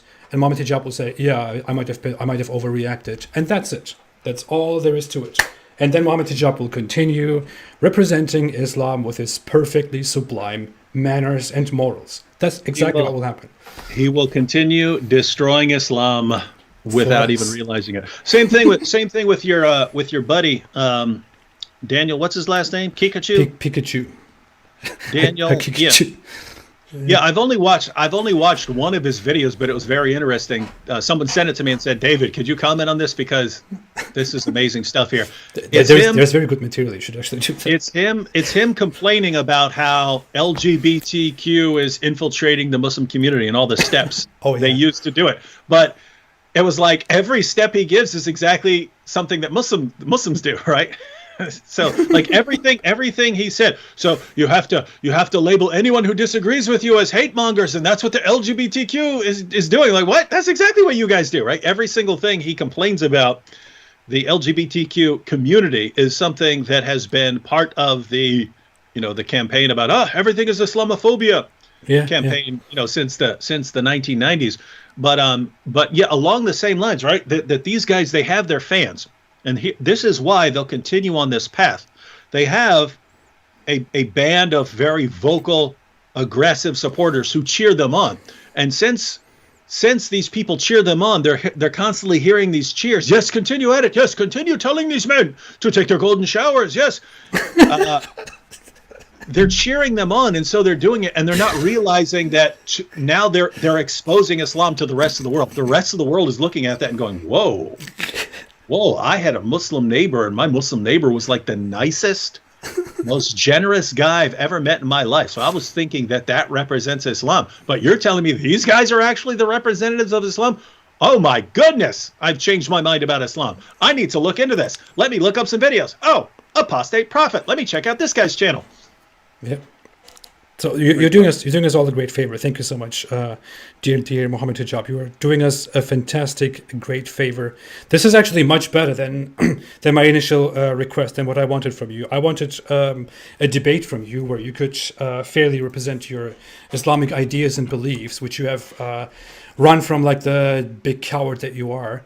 But now you are doing us this favor. Now you are showing this face to everybody, and all those people who will encounter Mohammed Hijab and associate everything that they have seen tonight with your name will be like, wait, this is the big representative of Islam? This is the guy that everyone tells me to watch? This is the guy that everyone says defeats the critics of Islam? This is the guy that I should trust? Someone who goes around and says, oh, give him a golden shower, give him a golden shower, give him a golden shower, go on your knees. That's the guy that I should trust? This is the guy I should lead. I don't have time. I don't have time to do an online debate with you, but I can spend an hour and a half talking about golden showers. I mean, the level of thinking here's what's amazing, right? I need to get screenshots of all this, because again, gosh, I do not want to criticize him, but I do want to expose Islam and expose Islam for producing this. But the comments I get from Mohammed Hijab fans, they're just like this. They're just like he is, right? Yeah. The comments I get from Mohammed Hijab fans, I'll give this brilliant argument in a video. I'll give this awesome, epic, brilliant argument defending some point. And Mohammed Hijab fans will come in there and go, huh, you're posting this after Mohammed Hijab held you down and anally raped you for 3 hours? Right? And it's like, this is how you guys respond. This is how you respond to arguments and stuff, right? And then you look at who their champion is. So if you kind of put all this together, if you put these together and the kind of comments that you get from Mohammed Hijab fans, and then you put out there that this is a guy that, Yasser Qadi wants to work with until, Hijab ended his career. But then, Zakir Naik is promoting and so on. You can make some powerful, powerful points about Muhammad and Islam, especially if you tie it to a lot of the things that Muhammad and his companions said, because that was some nasty, disgusting stuff. I just want to do this very quickly, David, just so that everyone else can quickly enjoy a brief preview of this stuff, just so that it is very bigly on the screen here. Bigly. Give me a second. Here, let me read this out for you. Mohammed Hijab, with a check mark that he deserved and got from YouTube, says, "Get on your knees for your master, boy." Mohammed Hijab says, "Go ahead and give David Wood what he wants. David Wood can give you a golden shower. Let him slap your face. Get on your knees for David Wood."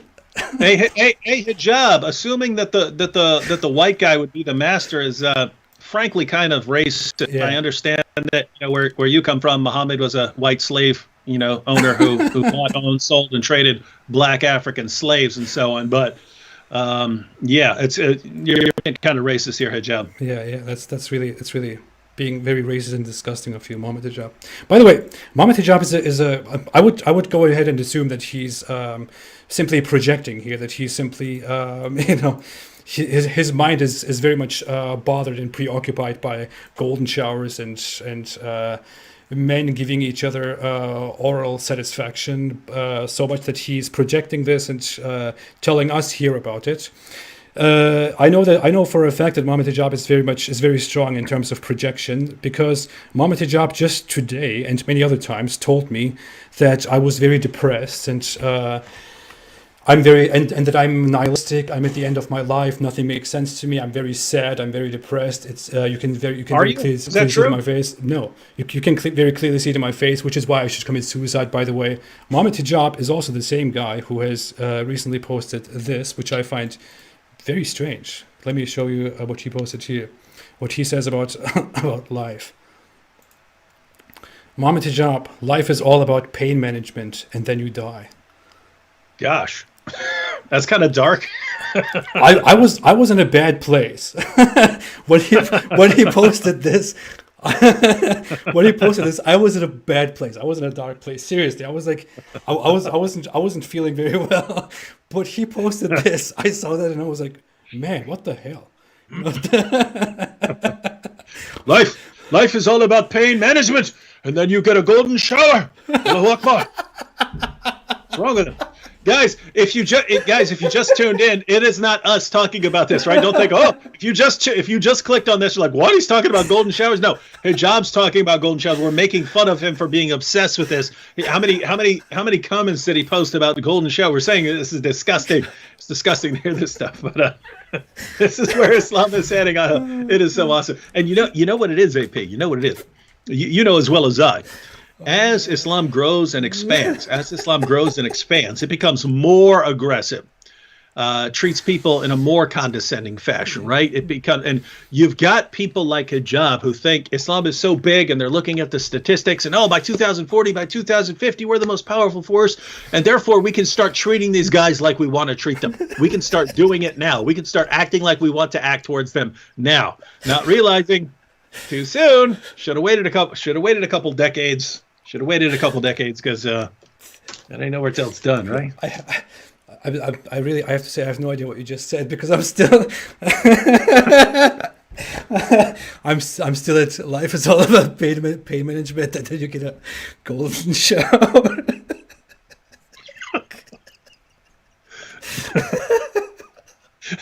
Life is all about pain management.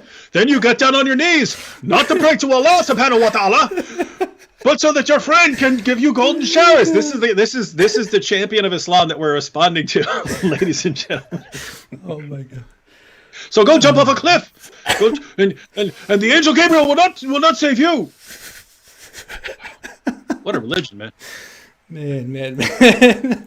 Oh my This God. turn, I this can't turn. keep it again. I thought this live stream was going to be us going through all these sources on Muhammad and Me stuff like too. this, all this nasty stuff, and we're going to be talking about Muhammad covered in semen and having sex with a prepubescent girl and torturing people for money and all this stuff, and then you said, hey, hijab just backed out of the debate. Let's talk about hijab. Yeah, okay, turned out pretty fun. Oh my God. I can't get over that. Yeah. So, yeah. As said, we were going to talk about what the hell is happening? Oh yeah, I'm trying to move stuff around on my desktop. I'm sorry. So we were really going to sit down today. I thought, hey, I haven't had a chat with David Wood in such a long time. I thought it would be a great pleasure. It would be fantastic to sit down together to talk about several things that we want to do together in the future that people have asked us about. But most importantly, it would be great to sit down and do everyone a favor and quickly go again through all those sources and talk about why Muhammad is so filthy. The Prophet Muhammad. I'm not talking about this filthy Muhammad. I'm talking about the Prophet Muhammad. Why Prophet Muhammad has such a wicked morality. All the things that he has done. Why you cannot trust him. Why Muslims should stop following him, and all that stuff. And I was really.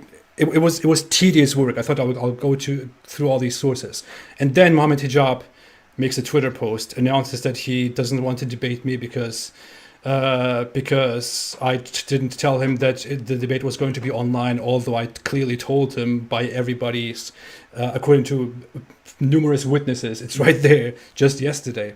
So we wanted to talk about this, and here's Mohammed Hijab making a fantastic show in the name of Islam right now. Whoa, hey, what if he's not? What if he's not the doofus we think he is? What if he's an undercover genius? Because think about what he just did. We were going to spend a 2-hour live stream blasting his prophet, making fun of his prophet. Oh What my if? God. What if he's an undercover genius? Came in here and said, "I'll start talking trash and I'll back out of a debate and I'll get these guys talking about me in order to protect the honor of my prophet." What if he's an undercover genius who just got us to attack him instead of his prophet? Wow. You weren't even ready for that. Wow. Mohammed Hijab, you're a very smart man. Bravo! If that was your intention, You Mohammed Hijab. you have rescued your holy prophet. You have saved your holy prophet from the tongues, from embarrassment. You have done a great work for Islam today, Mohammed Hijab. Thank you so much. I have to applaud your genius here tonight. I didn't see that coming. I really didn't see that coming. Hey, did you see the comment from Thomas L. I'm not sure what language this is. El Oich What? says Muhammad was on his knees for Dihya Kalbi. You familiar with that source? Which Muhammad's source? companion, Dihya Kalbi. Dihya the dog. Uh-huh.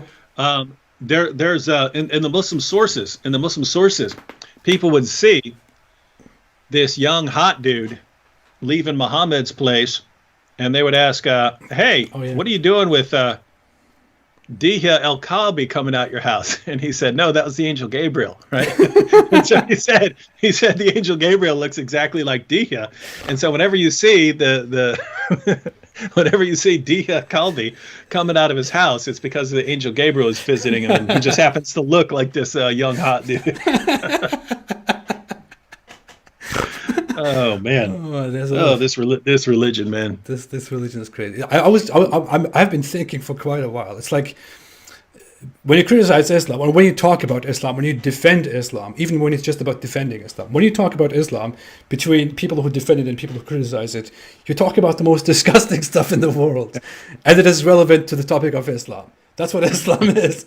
You talk about the most disgusting stuff in the world, and that is relevant to Islam. Islamic apologetics revolve around the most disgusting topics that come to a person's mind. So this is the reputation of Islam.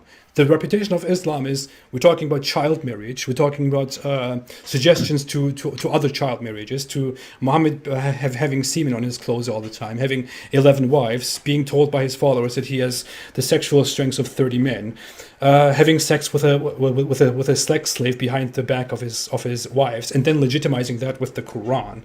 Apparently meeting with a strange man who he claims is the angel Gabriel at home. We're talking about the most disgusting stuff in the world, and it's a legitimate discussion about Islam.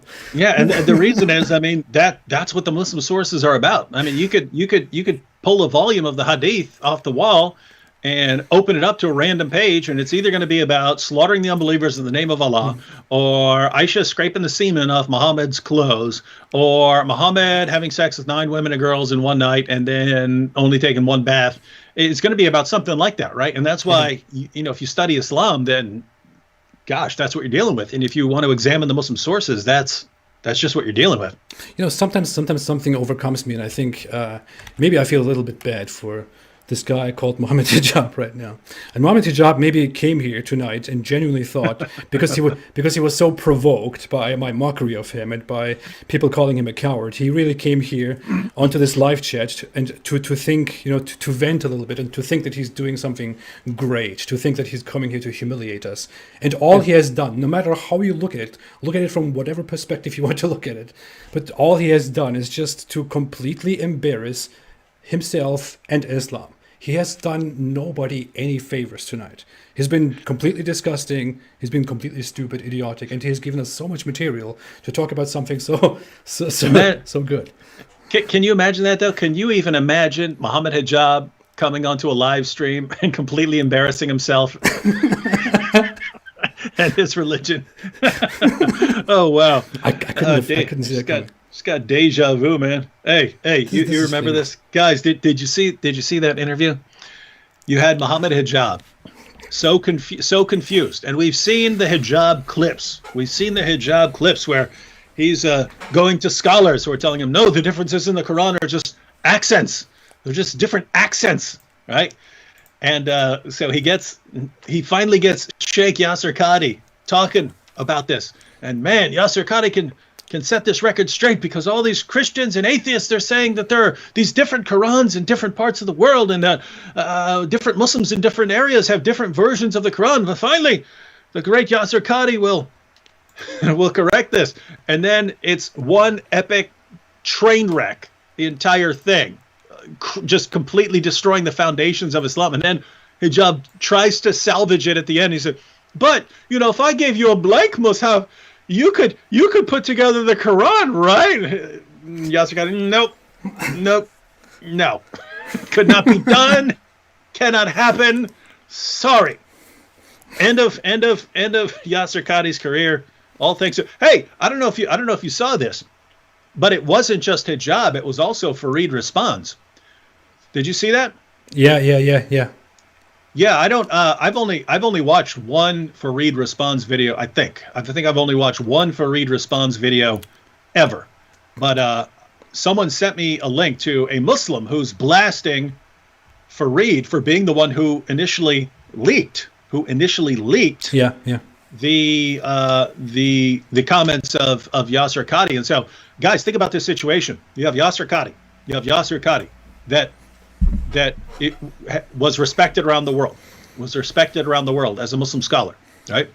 And then, but behind the scenes, he's saying, I have some doubts about whether the theories that Muslim scholars have about the ahruf and kirat, I don't think that these can actually stand up to critical scrutiny without us just being, just agreeing with them because we're Muslims, right? If we were to actually subject them to critical scrutiny, according to our own sources, our theories cannot stand up to scrutiny, and I'm concerned about that.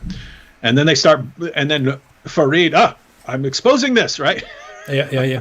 So he shares the emails, and then because this becomes an issue, Mohammed Hijab is dumb enough to think that Yasser Qadhi is going to come in there and fix all this and say, oh, no, let me explain what this really is. Of course, the Quran's been perfectly preserved right down to the letter. I only meant that, I'm concerned about different accents, right? He thinks he's going to say something like that and completely destroys it. And so, guys, this goes back to what I said much earlier here.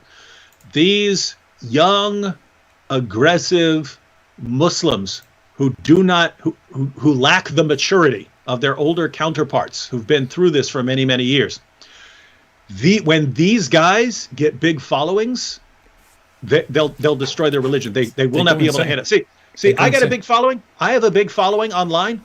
I got that after doing some of the most horrible things a person has ever done, spending years in jails and prisons. So by the time I get a big following, I'm pretty convinced that I was one of the most horrible people who's ever walked the planet, and yet I'm given a second chance. So that comes with a degree of wisdom, thinking, hey, I have a bunch of followers. That's not because of how great I am, because I've seen how screwed up I am. So do not take this sort of stuff for granted, right? Whereas these young guys coming in, all of a sudden they're getting, whatever it is, tens of thousands or hundreds of thousands of fans and views, and they're already arrogant and they're already narcissists and so on. And then their religion amplifies it. It tells them to be aggressive. It tells them to be like this. And then they get this crowd cheering them on. These guys will annihilate all the foundations of their religion single-handedly. We can sit back and watch. We can retire, AP. We can retire, sit back and watch these guys annihilate their religion. But it might be, on the other hand, it might be good for us to keep provoking them, because that does make them, go on these sprees. I mean, Farid is one of those young people who started his YouTube channel just without the sole aim of refuting my videos. That's what he started out with. He created the YouTube channel. He said it very clearly. He said that he only started this because he wanted to refute me and my videos, because my channel was getting too popular and he couldn't handle it, and nobody else was doing it. And he even went out after he was done, after he made 50 videos about me, of which I watched like 10 or so, I don't know. He went out and said, I'm sorry, everybody. Unfortunately, Apostate Prophet has grown too much and I was too late. He made such a video, such a stream. He says, I'm very sorry, I apologize. I did the best I can. And the best he could do was bring such stupid arguments, like saying, well, people didn't witness the moon splitting in two because people were asleep at night and it was the 7th century, which I want to make a video about very soon. So these young Muslim apologists are really, they're not doing Islam any favor. They're doing us big favors. The other guy, Daniel Hikikachu, comes here and says, I don't know if you have seen that. He said something like, something along the lines of, I asked him, do you think is slavery good? Do you think slavery is morally acceptable? And he said, yes, I don't think slavery is morally wrong.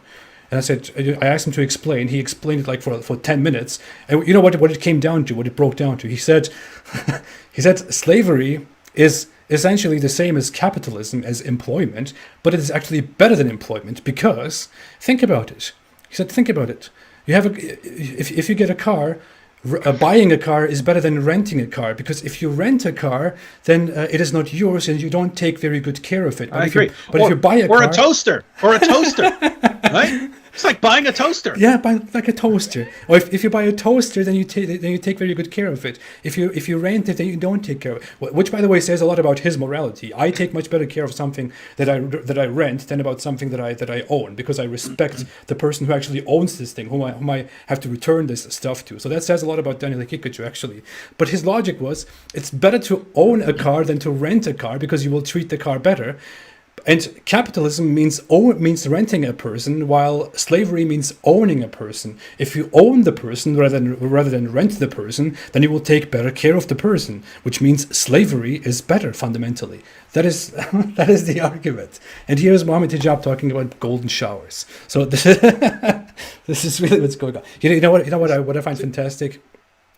We'll probably sit down in the future and say, hey, David, do you remember that one night where Mohammed Hijab was spamming the comment section? Oh yeah, this is classic. This is fun.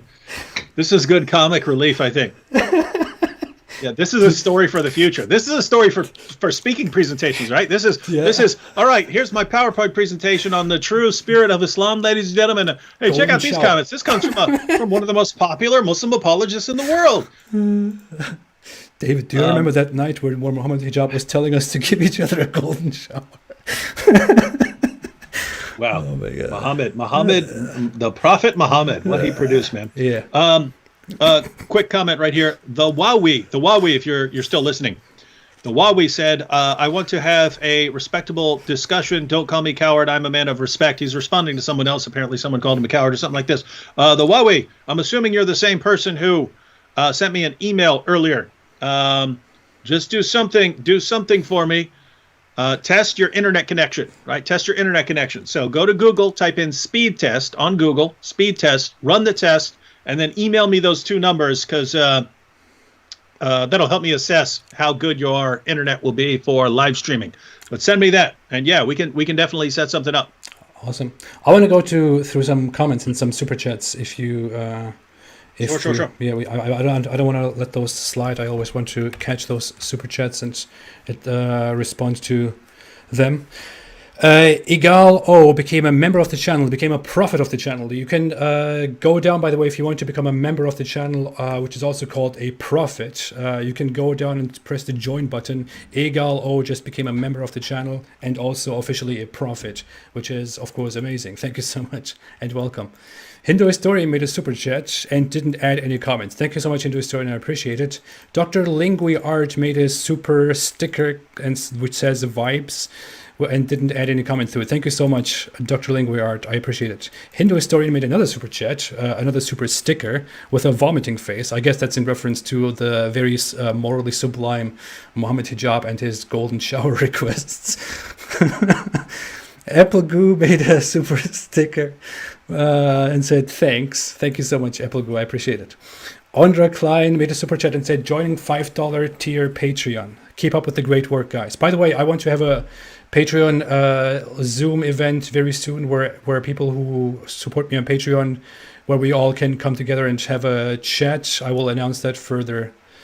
We should do a since we have some overlap in supporter base. We should do one this month where we get everyone together from both our channels and we hang out with everybody. That'd be great. Yeah, that'd be fantastic. If you want to join that, we will probably organize that very soon. Although we are not the best.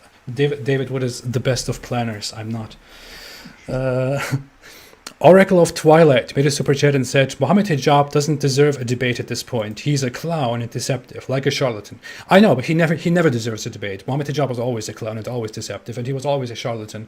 But I just really think that a debate would be very great to expose how fragile his belief really is, and he knows that very well, which is why he did everything in his hands to run from that and then request golden showers live on my stream. Oh yeah, and I mean along those lines, I mean guys, think about it, right?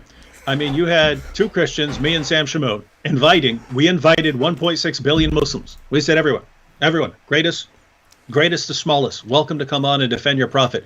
We did get some people on there, and there are more. But I mean, you think all of these apologists, all of these debaters, all of these scholars, you know that people are going to watch, that there's a lot of Christians watching, there's a lot of atheists watching, there's Hindus watching. Why would you not want to go on there and defend what should be for you one of the two most important topics you could address, whether the Quran's the word of God or whether Muhammad's a prophet? Why would you not want to? And they just do not want to go near any sort of debate about their prophet. It is hard to set up debates about Muhammad. They don't want to touch it, man. They don't want to touch it. And I kind of sympathize because I don't want to touch that either. That's a nasty dude, man. Yeah. Good point. Oh my God. Moving on.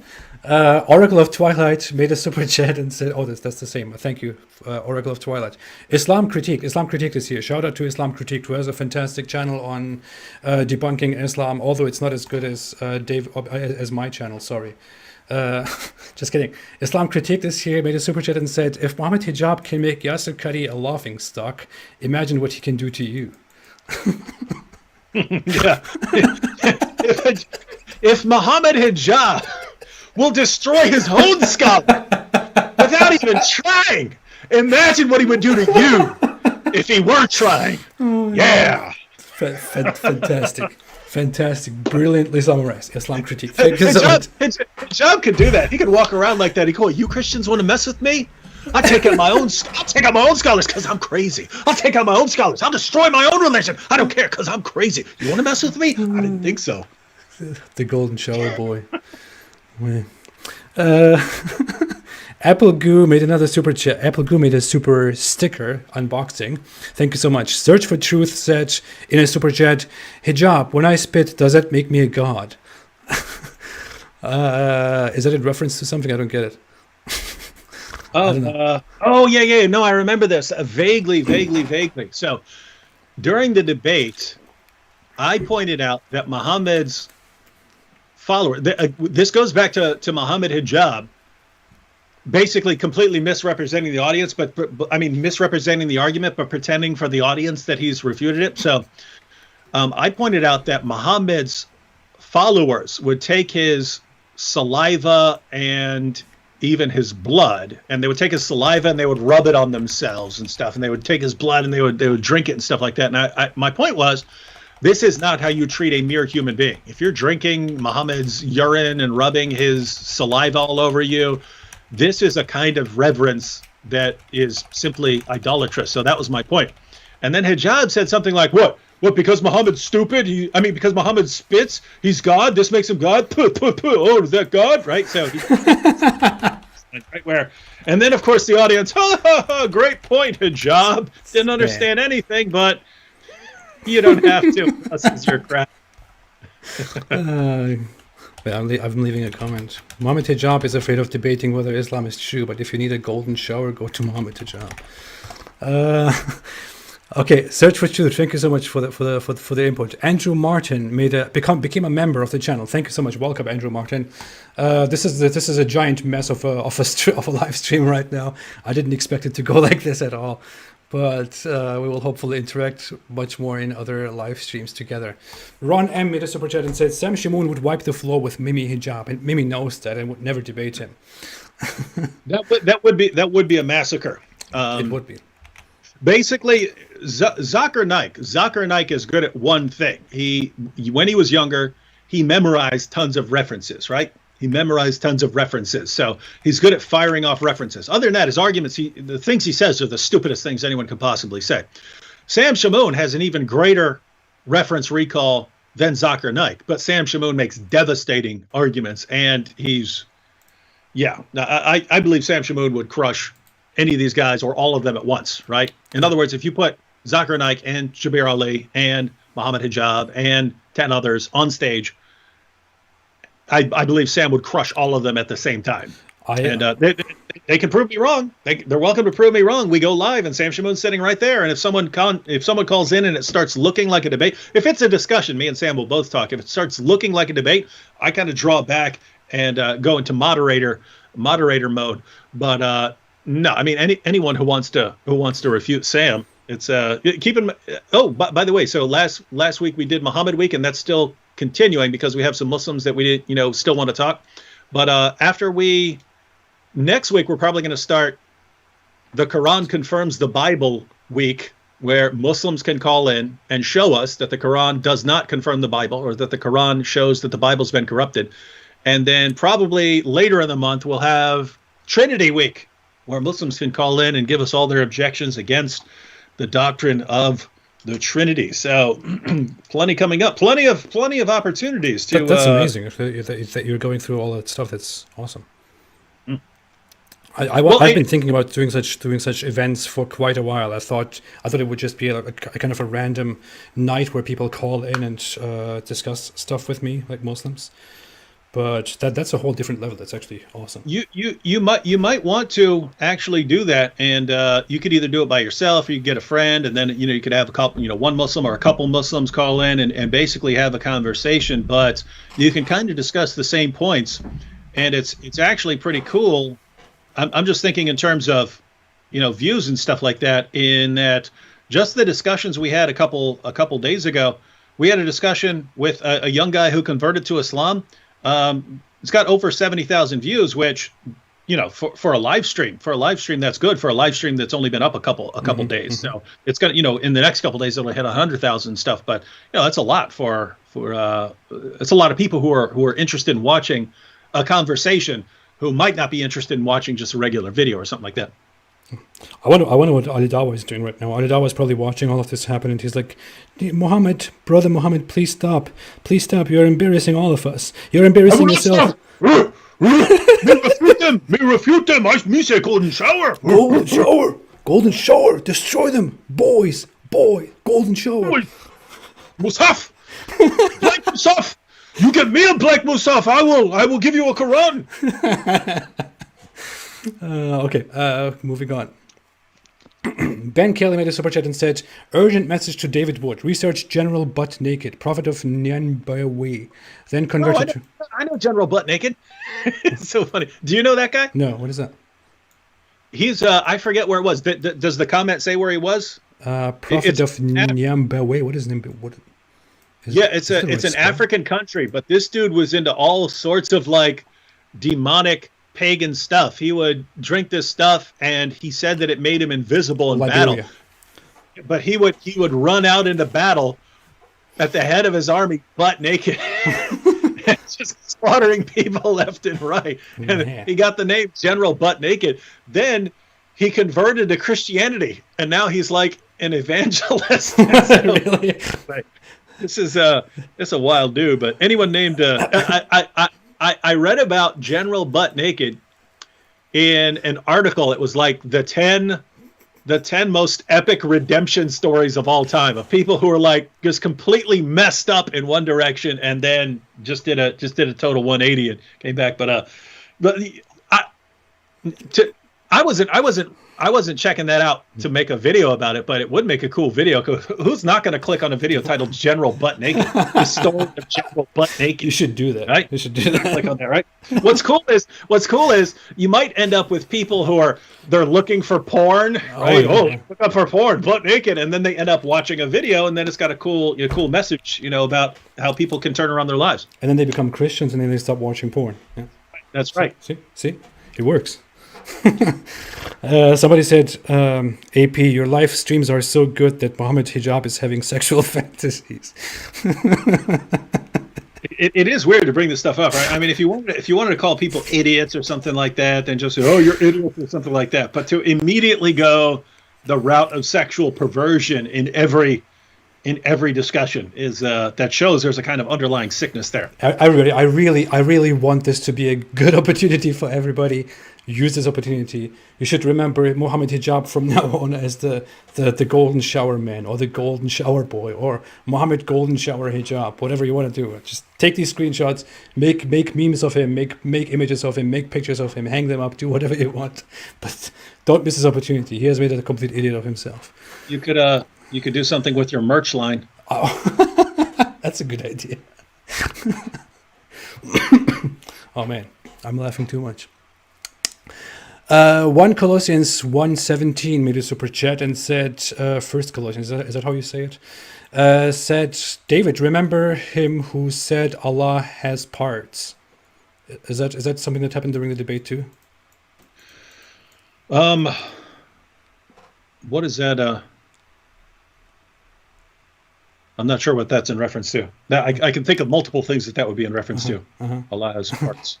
Someone asked, John Beaver said, are we sure this Mohammed Hijab is not a cloned account? No, we are sure. This is his. It has the check mark on it. You cannot copy and paste that. And if you go on his profile through the live chat, you actually land on his channel and see all his videos. So this is really, there is absolutely no doubt this is legitimately Mohammed Hijab. All right. Skull Super made a super chat and said, Hijab is Shamsi's boyfriend. Stefan Miljevic said, Mohammed Hijab, you're an animal. I was like you when I was 15 years old, but some people never grow up. Thank you, Stefan. Thank you. That's exactly what I was saying an hour ago. Carol Elisua made a super chat and said, Mohammed Hijab is basically giving away his sex life. You tell me where he gets those ideas from. I don't know what he's watching at home. Well, while he's talking about how life is all about pain and then you die, he's watching golden showers. That's what's happening in Mohammed Hijab's sad place. But thank you, Carol. AS made a super chat and said, Hijab and Yasir Qadi is watching every bit of y'all's live video to find something to mock you. Good luck and keep watching. I don't think Yasir Qadi is watching, to be honest. Yasir Qadi embarrassed himself enough on Mohammed Hijab's channel. I don't think he has he doesn't want to go out there anymore. But as you can all see, he trolls my videos occasionally because he got me he got YouTube to remove one of my videos, and then it got restored. But yep, yeah. So he was checking out my channel. Amazing.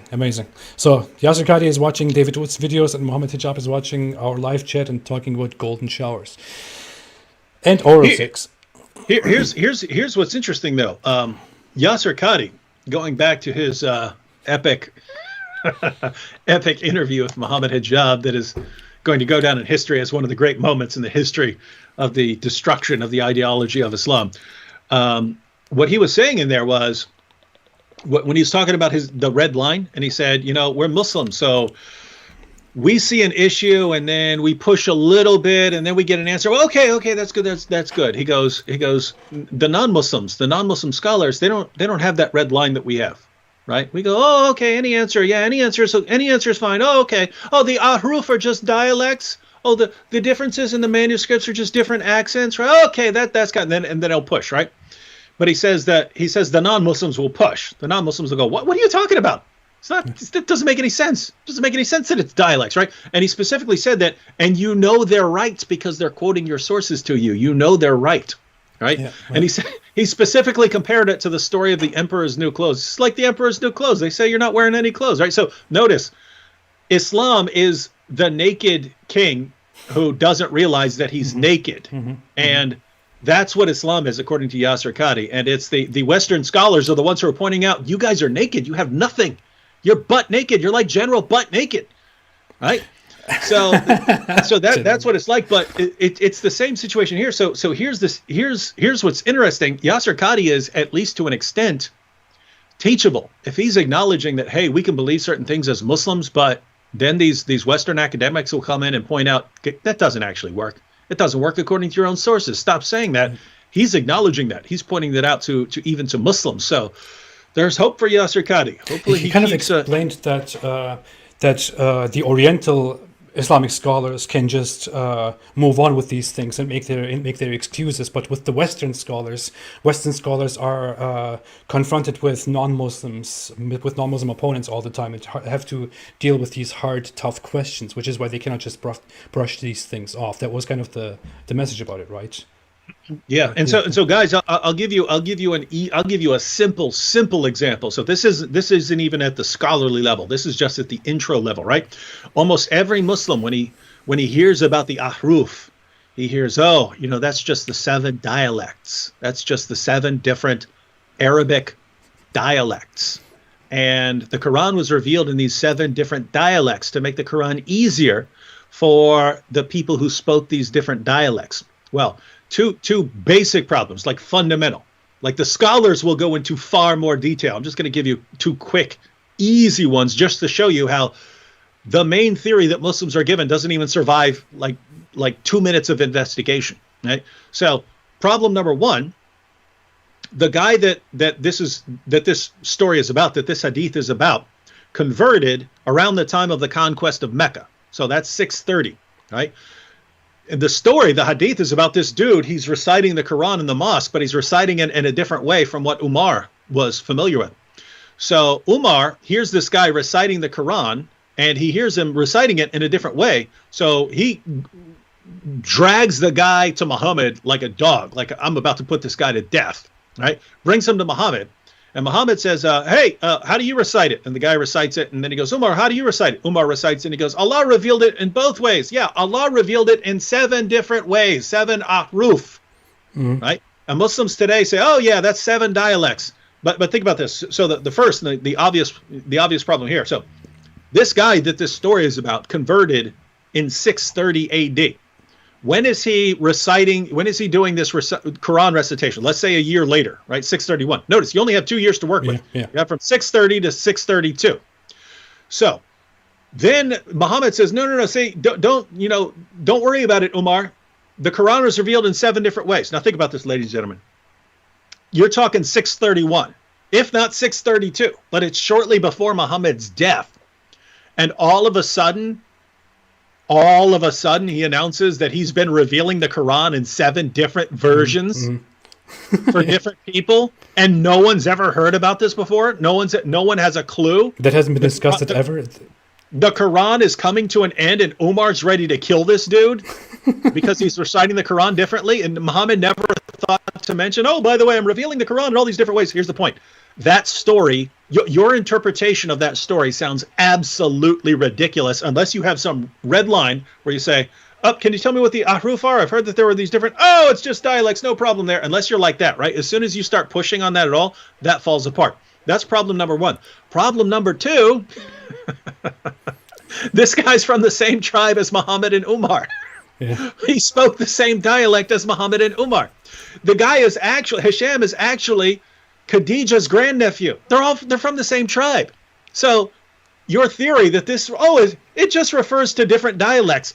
Our knowledge of the story about the 7 ahruf is from this story, and whatever the ahruf are, this dude was taught a different this dude was taught a different harf from the one that Umar was taught. If you say it's dialects, it makes absolutely no sense because they spoke the same dialect. Why would Muhammad be teaching someone from his tribe a Yemeni dialect or something? It doesn't make any sense. It's completely irrational to claim that this is what it means, and yet every Muslim who's told about what the ahruf are, if he finds out, I mean, if you don't know what it's about, they'll keep you in a state of ignorance. If you find out about it, then they want to explain it. Oh, you're worried about these 7 different ways. Oh yeah, it's just 7 different dialects.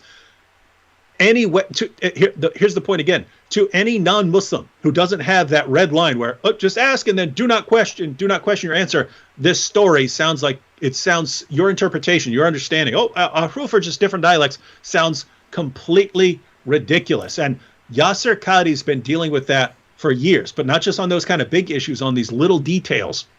And he's going to the conferences. They're exposing these Muslim theories and these Muslim explanations, and he realizes we got nothing here. We can't account for this. Now, notice the correct understanding of all this is to just drop this issue of perfect preservation and understand that you're dealing with a great big mess and you can't make sense of it. That's what you do. But if you're Yasser Qadhi and you don't want to do that, you don't want to just say, guys, we can't make sense of this. We're stuck. We got a problem here. You don't want to do that. You just keep nope. There's got to be an answer out there somewhere. No one's figured it out for 14 centuries. No one's been able to come up with the answer, but I'm Yasser Qadhi. If I keep pushing hard enough, I'll figure it out. Yep. I listened to you. I was just busy going through the whole stuff. But yeah, that's the crux of the story. I still need to really make a thing on that. I need to talk about that. I need to make a video about that stuff. I haven't really kept up with the whole mess that is going on. I was looking at the whole controversy, and I thought Yasser Qadhi is doing a good job enough to to destroy Islam single-handedly. He doesn't need to weigh in. We're obsolete, dude. With Mohammed Hijab and Yasser Qadhi single-handedly annihilating the religion. What are we going to do, man? I know. Who are we? I mean, I'm really coming out here. You are coming out here. We are the enemies of Islam. We are really wanting to do harm to Islam. We want to demolish it, destroy it. We want Islam to lose credibility. This is all in the best interest of everything that we are doing and of humanity. But it's not us who are achieving this. It is the Islamic scholar and the Islamic apologist themselves coming together. This goes right back to Hijab, man. Again, he could come right to us right now and said, you guys think you're good? I destroy Islam better without even trying than all you guys put together. Look at how much damage I've done to the Quran. You guys haven't taken out a scholar. I take out my own scholars. You guys realize who you're dealing with? Yeah. Huh? Okay, let me go through the super chats. I think we're way over the. We've talked quite a while. I will quickly go through the super chats just because I don't want them to because I don't want them to go away. I will quickly read them through. I will hopefully reply in more detail some other time, or we can reply to something that we really think is very important. But thanks for all the super chats, everybody. Let's see. Hijab and Yasser Qadhi watch every Sophia Film said, Mohammed Hijab can't control himself. Keep going, boy. Save and tweet his comments to every Muslim apologist. You're done, Hijab. Awesome. AS said in a super chat, guys, make sure to abrogate this video before the Islam warriors download it. 12BKL My Shoe made a super chat and said, can we get a greatest hits of Hijab from this video's chat feed? I think it would be an amazing. That's actually a great video idea. I will make a video. If you combine the comments from this chat with some of his recent comments to you, and you get that and you make it like a 3-minute, very quickly, easily shareable video, where people can be posting it on Twitter and stuff like that, that would be fantastic. That would do well. I will make a short. Make a short video. Best moments of or best comments of Mohammed Hijab. and I will just post that so that it make it look like it's pro Mohammed Hijab, so that all the Mohammed Hijab minions also come in and have a look at it, and then we can all share that on the internet. It'll be great. Mohammed Hijab destroys Apostate, Prophet, and David Wood at the same time. Golden shower boy. Dragonfist 900 made a super chat and said, "Hey David, I have a Muslim friend who I really want to see come to Christ. Should I recommend seeking Allah, finding Jesus to him?" What's your quick answer, David? Of course. Of course. Awesome. Yes. Thank you, Dragonfist 900. Thank you, David. Joe Mama made a super chat and said, to Mohammed Hijab, can you call CP and not mute him for the sake of Allah? He's converting Muslims left and right. If not, send your best man. BMW 635 CSI made a super chat and said, Islam started as something strange and would again revert of being strange just as it started. That's a hadith by Muhammad. And would recede between the two mosques just as the serpent crawls back in its hole. Sahih Muslim 146. Yeah, that's an actual hadith by Muhammad. One that I learned very intensively as I was growing up, because we learned that my group and people like us were some of the strangers of the end. It's very strange what Islam really teaches here. Satu Jamsaja made a super sticker. Thank you so much. Bank Raqqa made a super chat and said, Mohammed, why abrogate the Yasir Qadi video? Please make a compilation of all Mohammed Hijabs, of all Mohammed's comments. David and AP, keep up the awesome work. What's that? That's a hijab emoji. Hijab is a boy. Sorry, my voice is cracking. Sophia Films made a super chat and said, I thought Islam was about best of speech and manners. Obviously, it's not.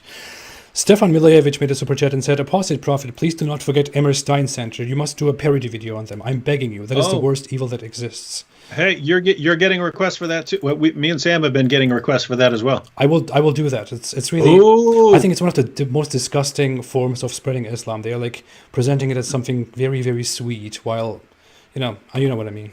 We'll go into that. Maybe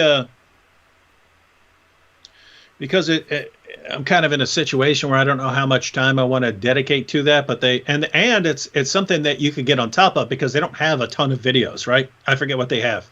They have like 10 or 12. Yeah, they have like 10 or 12 videos. It's not a ton.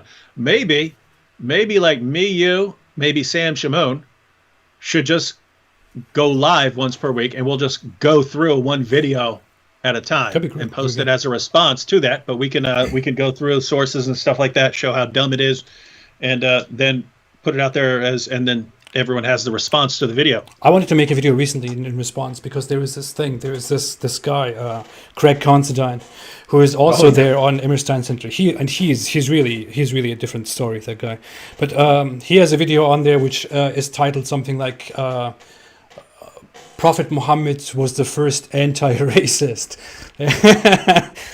No, he's a moron. We did a show. This is back when we did our show called Jesus or Muhammad. So this is like got to be like 2011, 2012, something like that. But it's me, I think Pastor Joseph, and Robert Spencer, and I was dressed up like George Washington, because the article we were discussing was by Craig Considine, saying that Muhammad is basically the Arab George Washington, and he's drawing all these parallels between Muhammad and George Washington. But that's what this dude does, right? He comes up with these absurd parallels meant for Westerners, and then it's just you get popular like that, ladies and gentlemen. That's ridiculous. I mean, that's what he's doing. Now you could say, hey, I have a background in, I think he's a sociology or something like that, but I have a background. Let's say you have a background in history and you want to get quickly famous, or you have a background in science, you want to get quickly famous. All you have to do to be set for life right now is say, you know what? I have a background in history, and after examining history, I've concluded that Islam is the best historical religion in history, and Muhammad is the clearest, greatest man who ever lived. And you're set. You're set for life. It is ridiculous. He makes these daily posts, these daily tweets, and whenever I see them, it looks like some Muslim imam in Pakistan is writing those tweets for him and posting him in his name. That's what it looks like. He's pretending to be this good Christian guy who really sympathizes with Muhammad and loves Islam. And I don't know. He attends events that are organized by by Middle Eastern governments, and it just looks so very clearly to me like this guy is being hired and paid by Middle Eastern governments in order to sweet talk and propagate Islam, and he's clearly not doing a great job because his audience is just Muslims who would basically hear the same thing normally from Muslim imams. Mm-hmm. Hindu Historian made a super chat and said, oh, he didn't make a super chat, he made a super sticker which said game over. Thank you, Hindu Historian. AS made a super chat and said, Mimi is here to get subscribers, bro. At least do something to save your holy Hurrian. Sophia Films made a super chat and said, weak chin hijab got smashed by a pensioner. LOL. I bet that was a fight. There's some video about Mohammed Hijab being in a physical fight or something. Sophia Films also said, Muslims, hijab is your intellectual powerhouse. LOL. Hindu Historian made a super chat and said, the Supreme favors the just, and the Supreme favors our side. Is this like a divine holy reference? Because yeah. Okay. It's probably a Hindu belief. Okay. I see that. I appreciate that, Hindu Historian. Thank you so much. I believe it's the universe. I don't take it seriously. Bella Zamamasita made a super sticker and said, wow. Sophia Films made a super chat and said, don't fall for it. Hijab prefers Arab supremacy. Nadaverse said, okay, so I will definitely be making a golden ape graphic soon. Thanks for the tagline for the graphic, David. I said grape ape. Yeah, grape ape. Yeah, that's what he said. You don't have to make a graphic for that. You just look up grape ape and beagly, and you'll see why back in the day we would refer to any giant person as a grape ape. But yeah, we would have definitely referred to Muhammad Hijab as grape ape back in the day. Sophia Film said everyone with hijab screenshots post on Nada's. Yeah, on Nada's channel. I don't know, something's going on there. But thanks, guys. Sydney B made a super chat and said, y'all have better integrity and honor than these Muslims. We love you guys. Thank you so much, Sydney. I appreciate that very much. Dragonfist900 said, watching them destroy the foundations of Islam. You want me to bring popcorn and a beanbag chair? Sophia Films made thousands of super chats. I don't know what's going on here.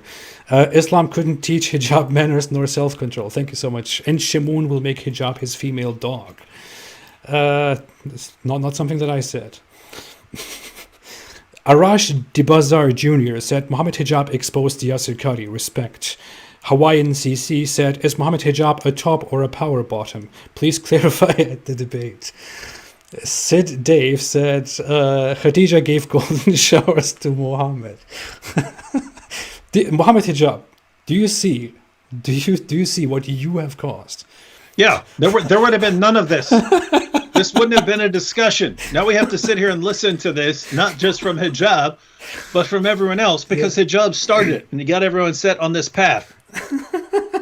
Do you see what the supreme Muslim apologist, the great honorable Mohammed Hijab, who is this strong, fantastic guy, has caused? People are talking about golden showers in the super chats and in the comment section. They're talking about oral sex, anal sex. They're talking about all these things. We were just going to talk about Muhammad's child bride today.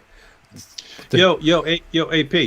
Along these lines, I talked about things I realized back in 2004, 2005. Another thing I realized back then, and I mentioned that Christians would approach a Muslim organization and say, who would you like us to debate? And then they would pick their guy. And I realized back then, wait a minute. I don't think Christians are thinking seriously enough about these issues. Mm-hmm. They don't decide who the representative is. We get to decide who the representative is, right? Mm-hmm. Mm-hmm. Because we can also give a platform to someone that we think represents Islam well, right? We can. So in other words, we don't have to say, hey, you organization, you go out and decide who you want to represent Islam. We can say, no, we're asking this guy if he wants to come out and defend his prophet, right? And notice, I'm not saying pick the worst representative. That would be messed up. I'm saying pick the best representative, right? Pick the best representative. And the best representative of Islam is not someone who is completely out of touch with what Islam is really like. But along these lines, we actually have a massive role in deciding who Islam's champion apologists really are. Mm-hmm. So I think, I definitely want it to be Mohammed Hijab. So we might want to start going around referring to him as Islam's greatest apologist and so on, and just keep rolling with that. And guys, well, like whenever we mention him, as Islam's greatest apologist, the one who really gets people thinking about what we won't say, but the one who really gets us thinking is Mohammed Hijab. And help this guy until everyone knows him as the champion of Islam. Yeah, Mohammed Golden Shower Hijab. Help him, push him, help him go up there. That sounds like a T-shirt. David, just very quickly, I know we don't have very much time to talk about this, but people keep asking about our debate. What do we want to do? You want to talk about this stuff after? We can talk about this stuff. Yeah, after we can mention it quickly, guys. That one's the delays are on me. Couple things. One, I always underestimate how much time whatever I'm working on will actually take. So it's always I'm doing multiple other projects. I'm trying to get other, working on other platforms and websites and projects like that to sort of backups, because I don't, every day when I log on to YouTube, I think, is this the day they ban me? To the extent at which they mess with me. So I'm working on those things. I'm working on a 50-part series of videos that are being translated by people all over the world. We're getting a website that's up and running now, but we're getting stuff on there. So anyway, I got all these other projects on, and it's always in my mind, do I jump on, do I hey, tomorrow am I going to record my opening statement for that debate with AP? And it's always like, no, I've got like 8 other things to do. So my plan, because I said a couple weeks ago, I said, hey, why don't we start August 1st? And my theory was, okay, I'm working on this 50-part series. Let me go ahead and get like 6 or 7 of those recorded ahead of time, and then I've got those, and those are all ready. Anyway, I've gotten one of those done. So it's always in my head, hey, I'll just knock out this big chunk, and then I'll have this space to do my debate with AP, and then doesn't work out. Nevertheless, and the other thing is, I tend to focus on whoever's running their mouth the most, right? Like whoever's in the chat, I'm going to rape your mom, blah, blah, blah, blah, blah. Well, okay, well, I'm going to go after your prophet, right? I'm going to blast your prophet. Unfortunately, that's constantly one particular religious group who's begging me to make videos about them, whereas AP... I should come to your comment section and say, yeah, you come. Golden shower. Yeah, you should start talking trash.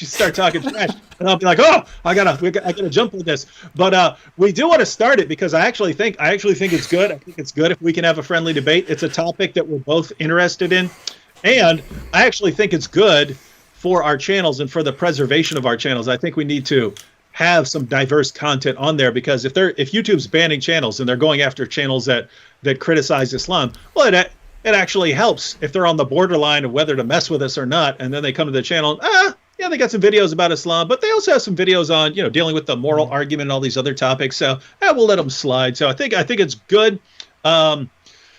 I did want to talk to you right afterwards, because I thought of a much easier project that we could do first. I am definitely in favor of starting the debate this month. Okay.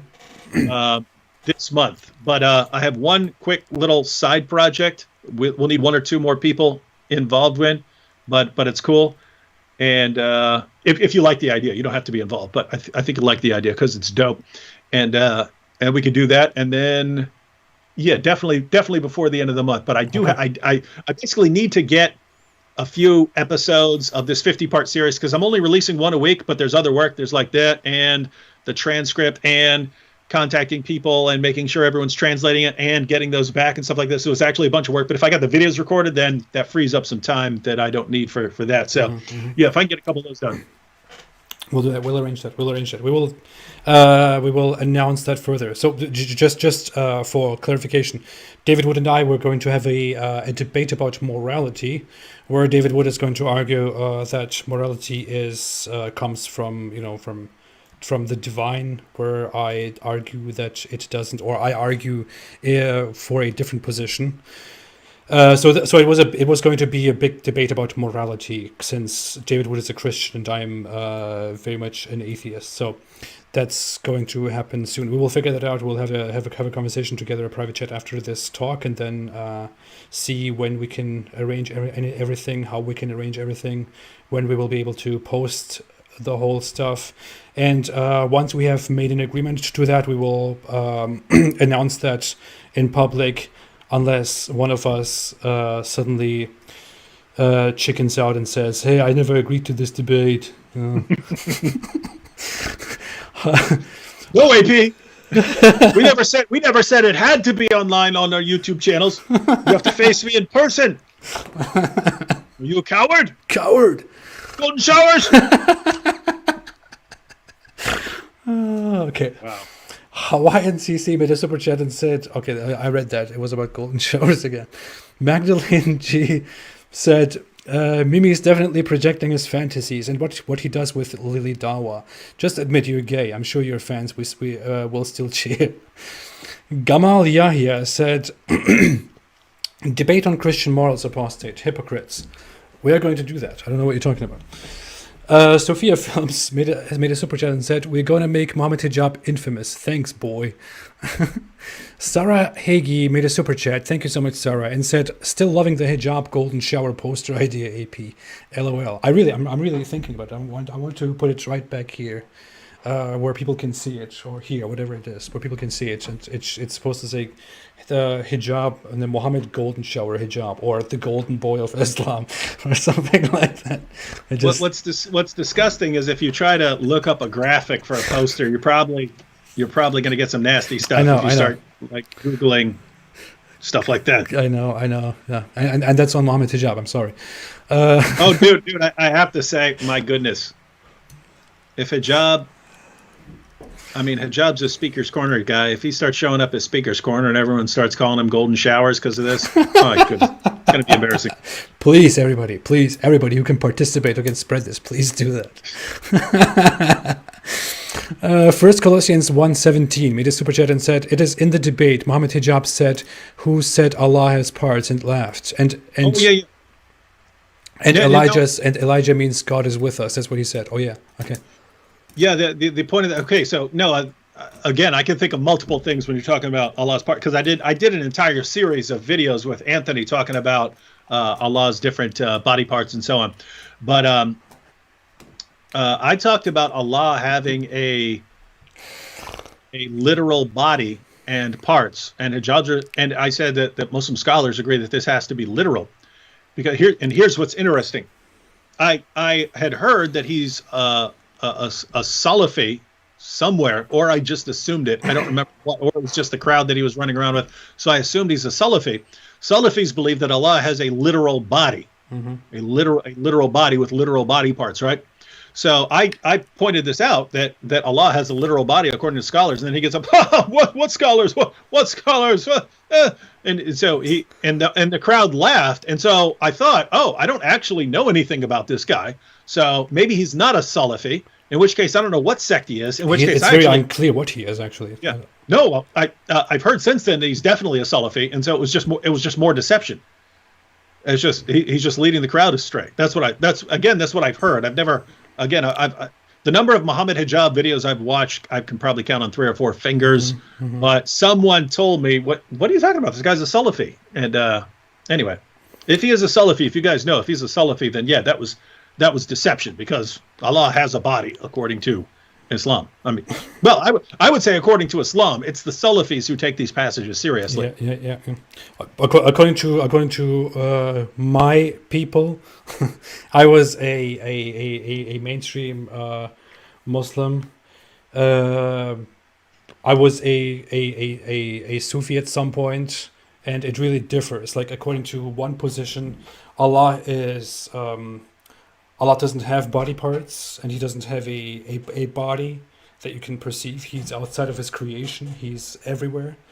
According to the big Sufi perspective, it was even deeper. It was basically very much like Eastern religions, like Indian religions, where it is seen as Allah is immaterial. He's not only outside of everything, he is everything. So Allah is in everything. It is like in a sense pantheism, which is very weird. It doesn't really combine very well with Christianity, with Islam. That's also one perspective where Salafis, for example, consider Sufis heretics and blasphemers, because they teach and ancient belief that Allah is everywhere, within everything, and everything is Allah, or garbage like that. It's really very strange. If you ask Muslims where Allah is, they will all have very different opinions, and they will even kill each other over that. So it's funny. Yeah, it's pretty bad. Hey, check this out. So Sam Shamoon is live right now. I can't listen to what he's saying, so I hope he's not making some really awesome point right now, because I'm posting, why are people watching this? You dummies just missed my epic live stream with the Apostate Prophet. Let's see. Oh my God. Okay. I want to finish these super chats. Give me a second. David Textel made a super chat and said, remind us of how Yasir Qadhi and Hijab deleted their videos on the holes in the Quran, trying to hide something we've all already seen. I know it's ridiculous. It's called the how do you say it? Streisand effect. The Streisand effect. Streisand effect. Yeah, where you try to hide something and it becomes even more obvious because you are so clearly trying to hide it. So they're just damaging Islam even more. It's incredible. And just so you know, that's something to think about for video topics and titles and thumbnails. When people find out that you're trying to hide something from them, it makes them more interested in it, and that's what happened with Yasir Qadhi and Mohammed Hijab. But in terms of video topics and stuff like that, it's got to be the two things that Muslim apologists are trying to hide from you and stuff like that. People click on that stuff. Yeah. It should really be pointed out much more. I should maybe focus on that stuff too. I didn't really focus on the whole mess that was going on. By the way, quick comment. Maxi Joseph said, Apostate Prophet, can you please debate with Mufti Abu Layth? I find Mufti Abu Layth a very interesting and funny fellow. I think it's hilarious. He's hilarious. He's awesome. I would love to have a conversation with him sometime. You naughty. I would love to have a conversation with him sometime, or maybe even a debate. I don't know if he actually wants to have a debate with me. I think he would rather be interested in having debate with Muslims themselves, because they all hate him. But I'd like just because he seems like there are people that are obviously not easy to get along with, right? He seems like someone who'd be easy to get along with, right? He seemed like a guy who'd be cool to have on the live stream and just have a discussion, right? Say, hey, tell us your background and tell us why you believe in this, and have a discussion about it. So he seems like he'd be cool for that. Yeah.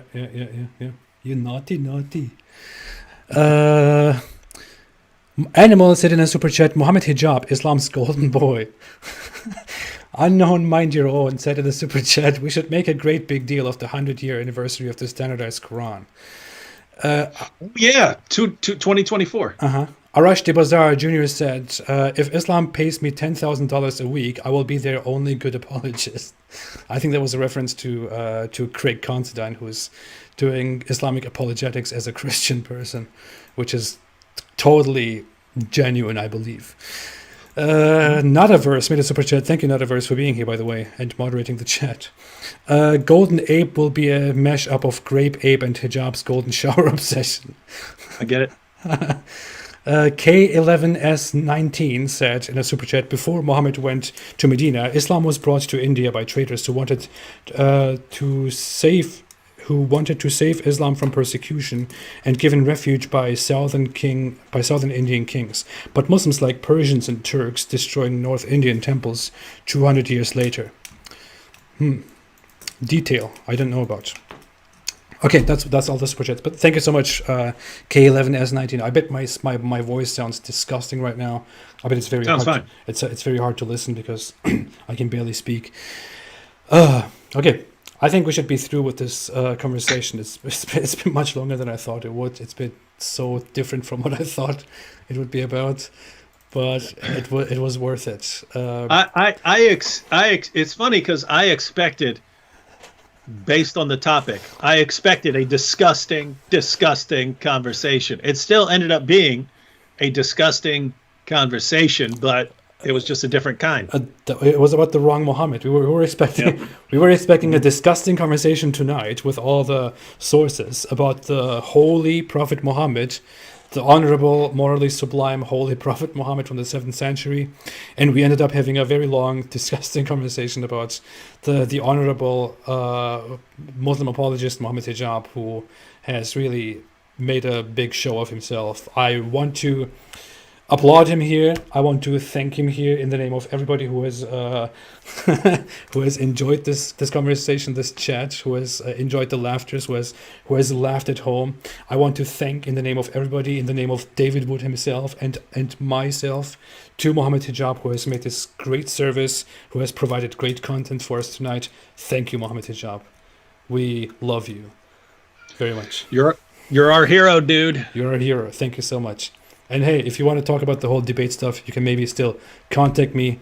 Despite your behavior tonight, I might still, I don't know, converse with you. I'll see. Okay. Thanks, everybody, for joining. Thank you so much. We will hopefully be back soon again and have a live chat at a different time, talk about the other disgusting Mohammed. David, is there anything else you want to add? Yeah, stay away from Islam. Oh, that comes from. Oh, okay. Stay away from Islam and stay away from golden showers. Don't Google golden showers tonight. Stay away from Islam.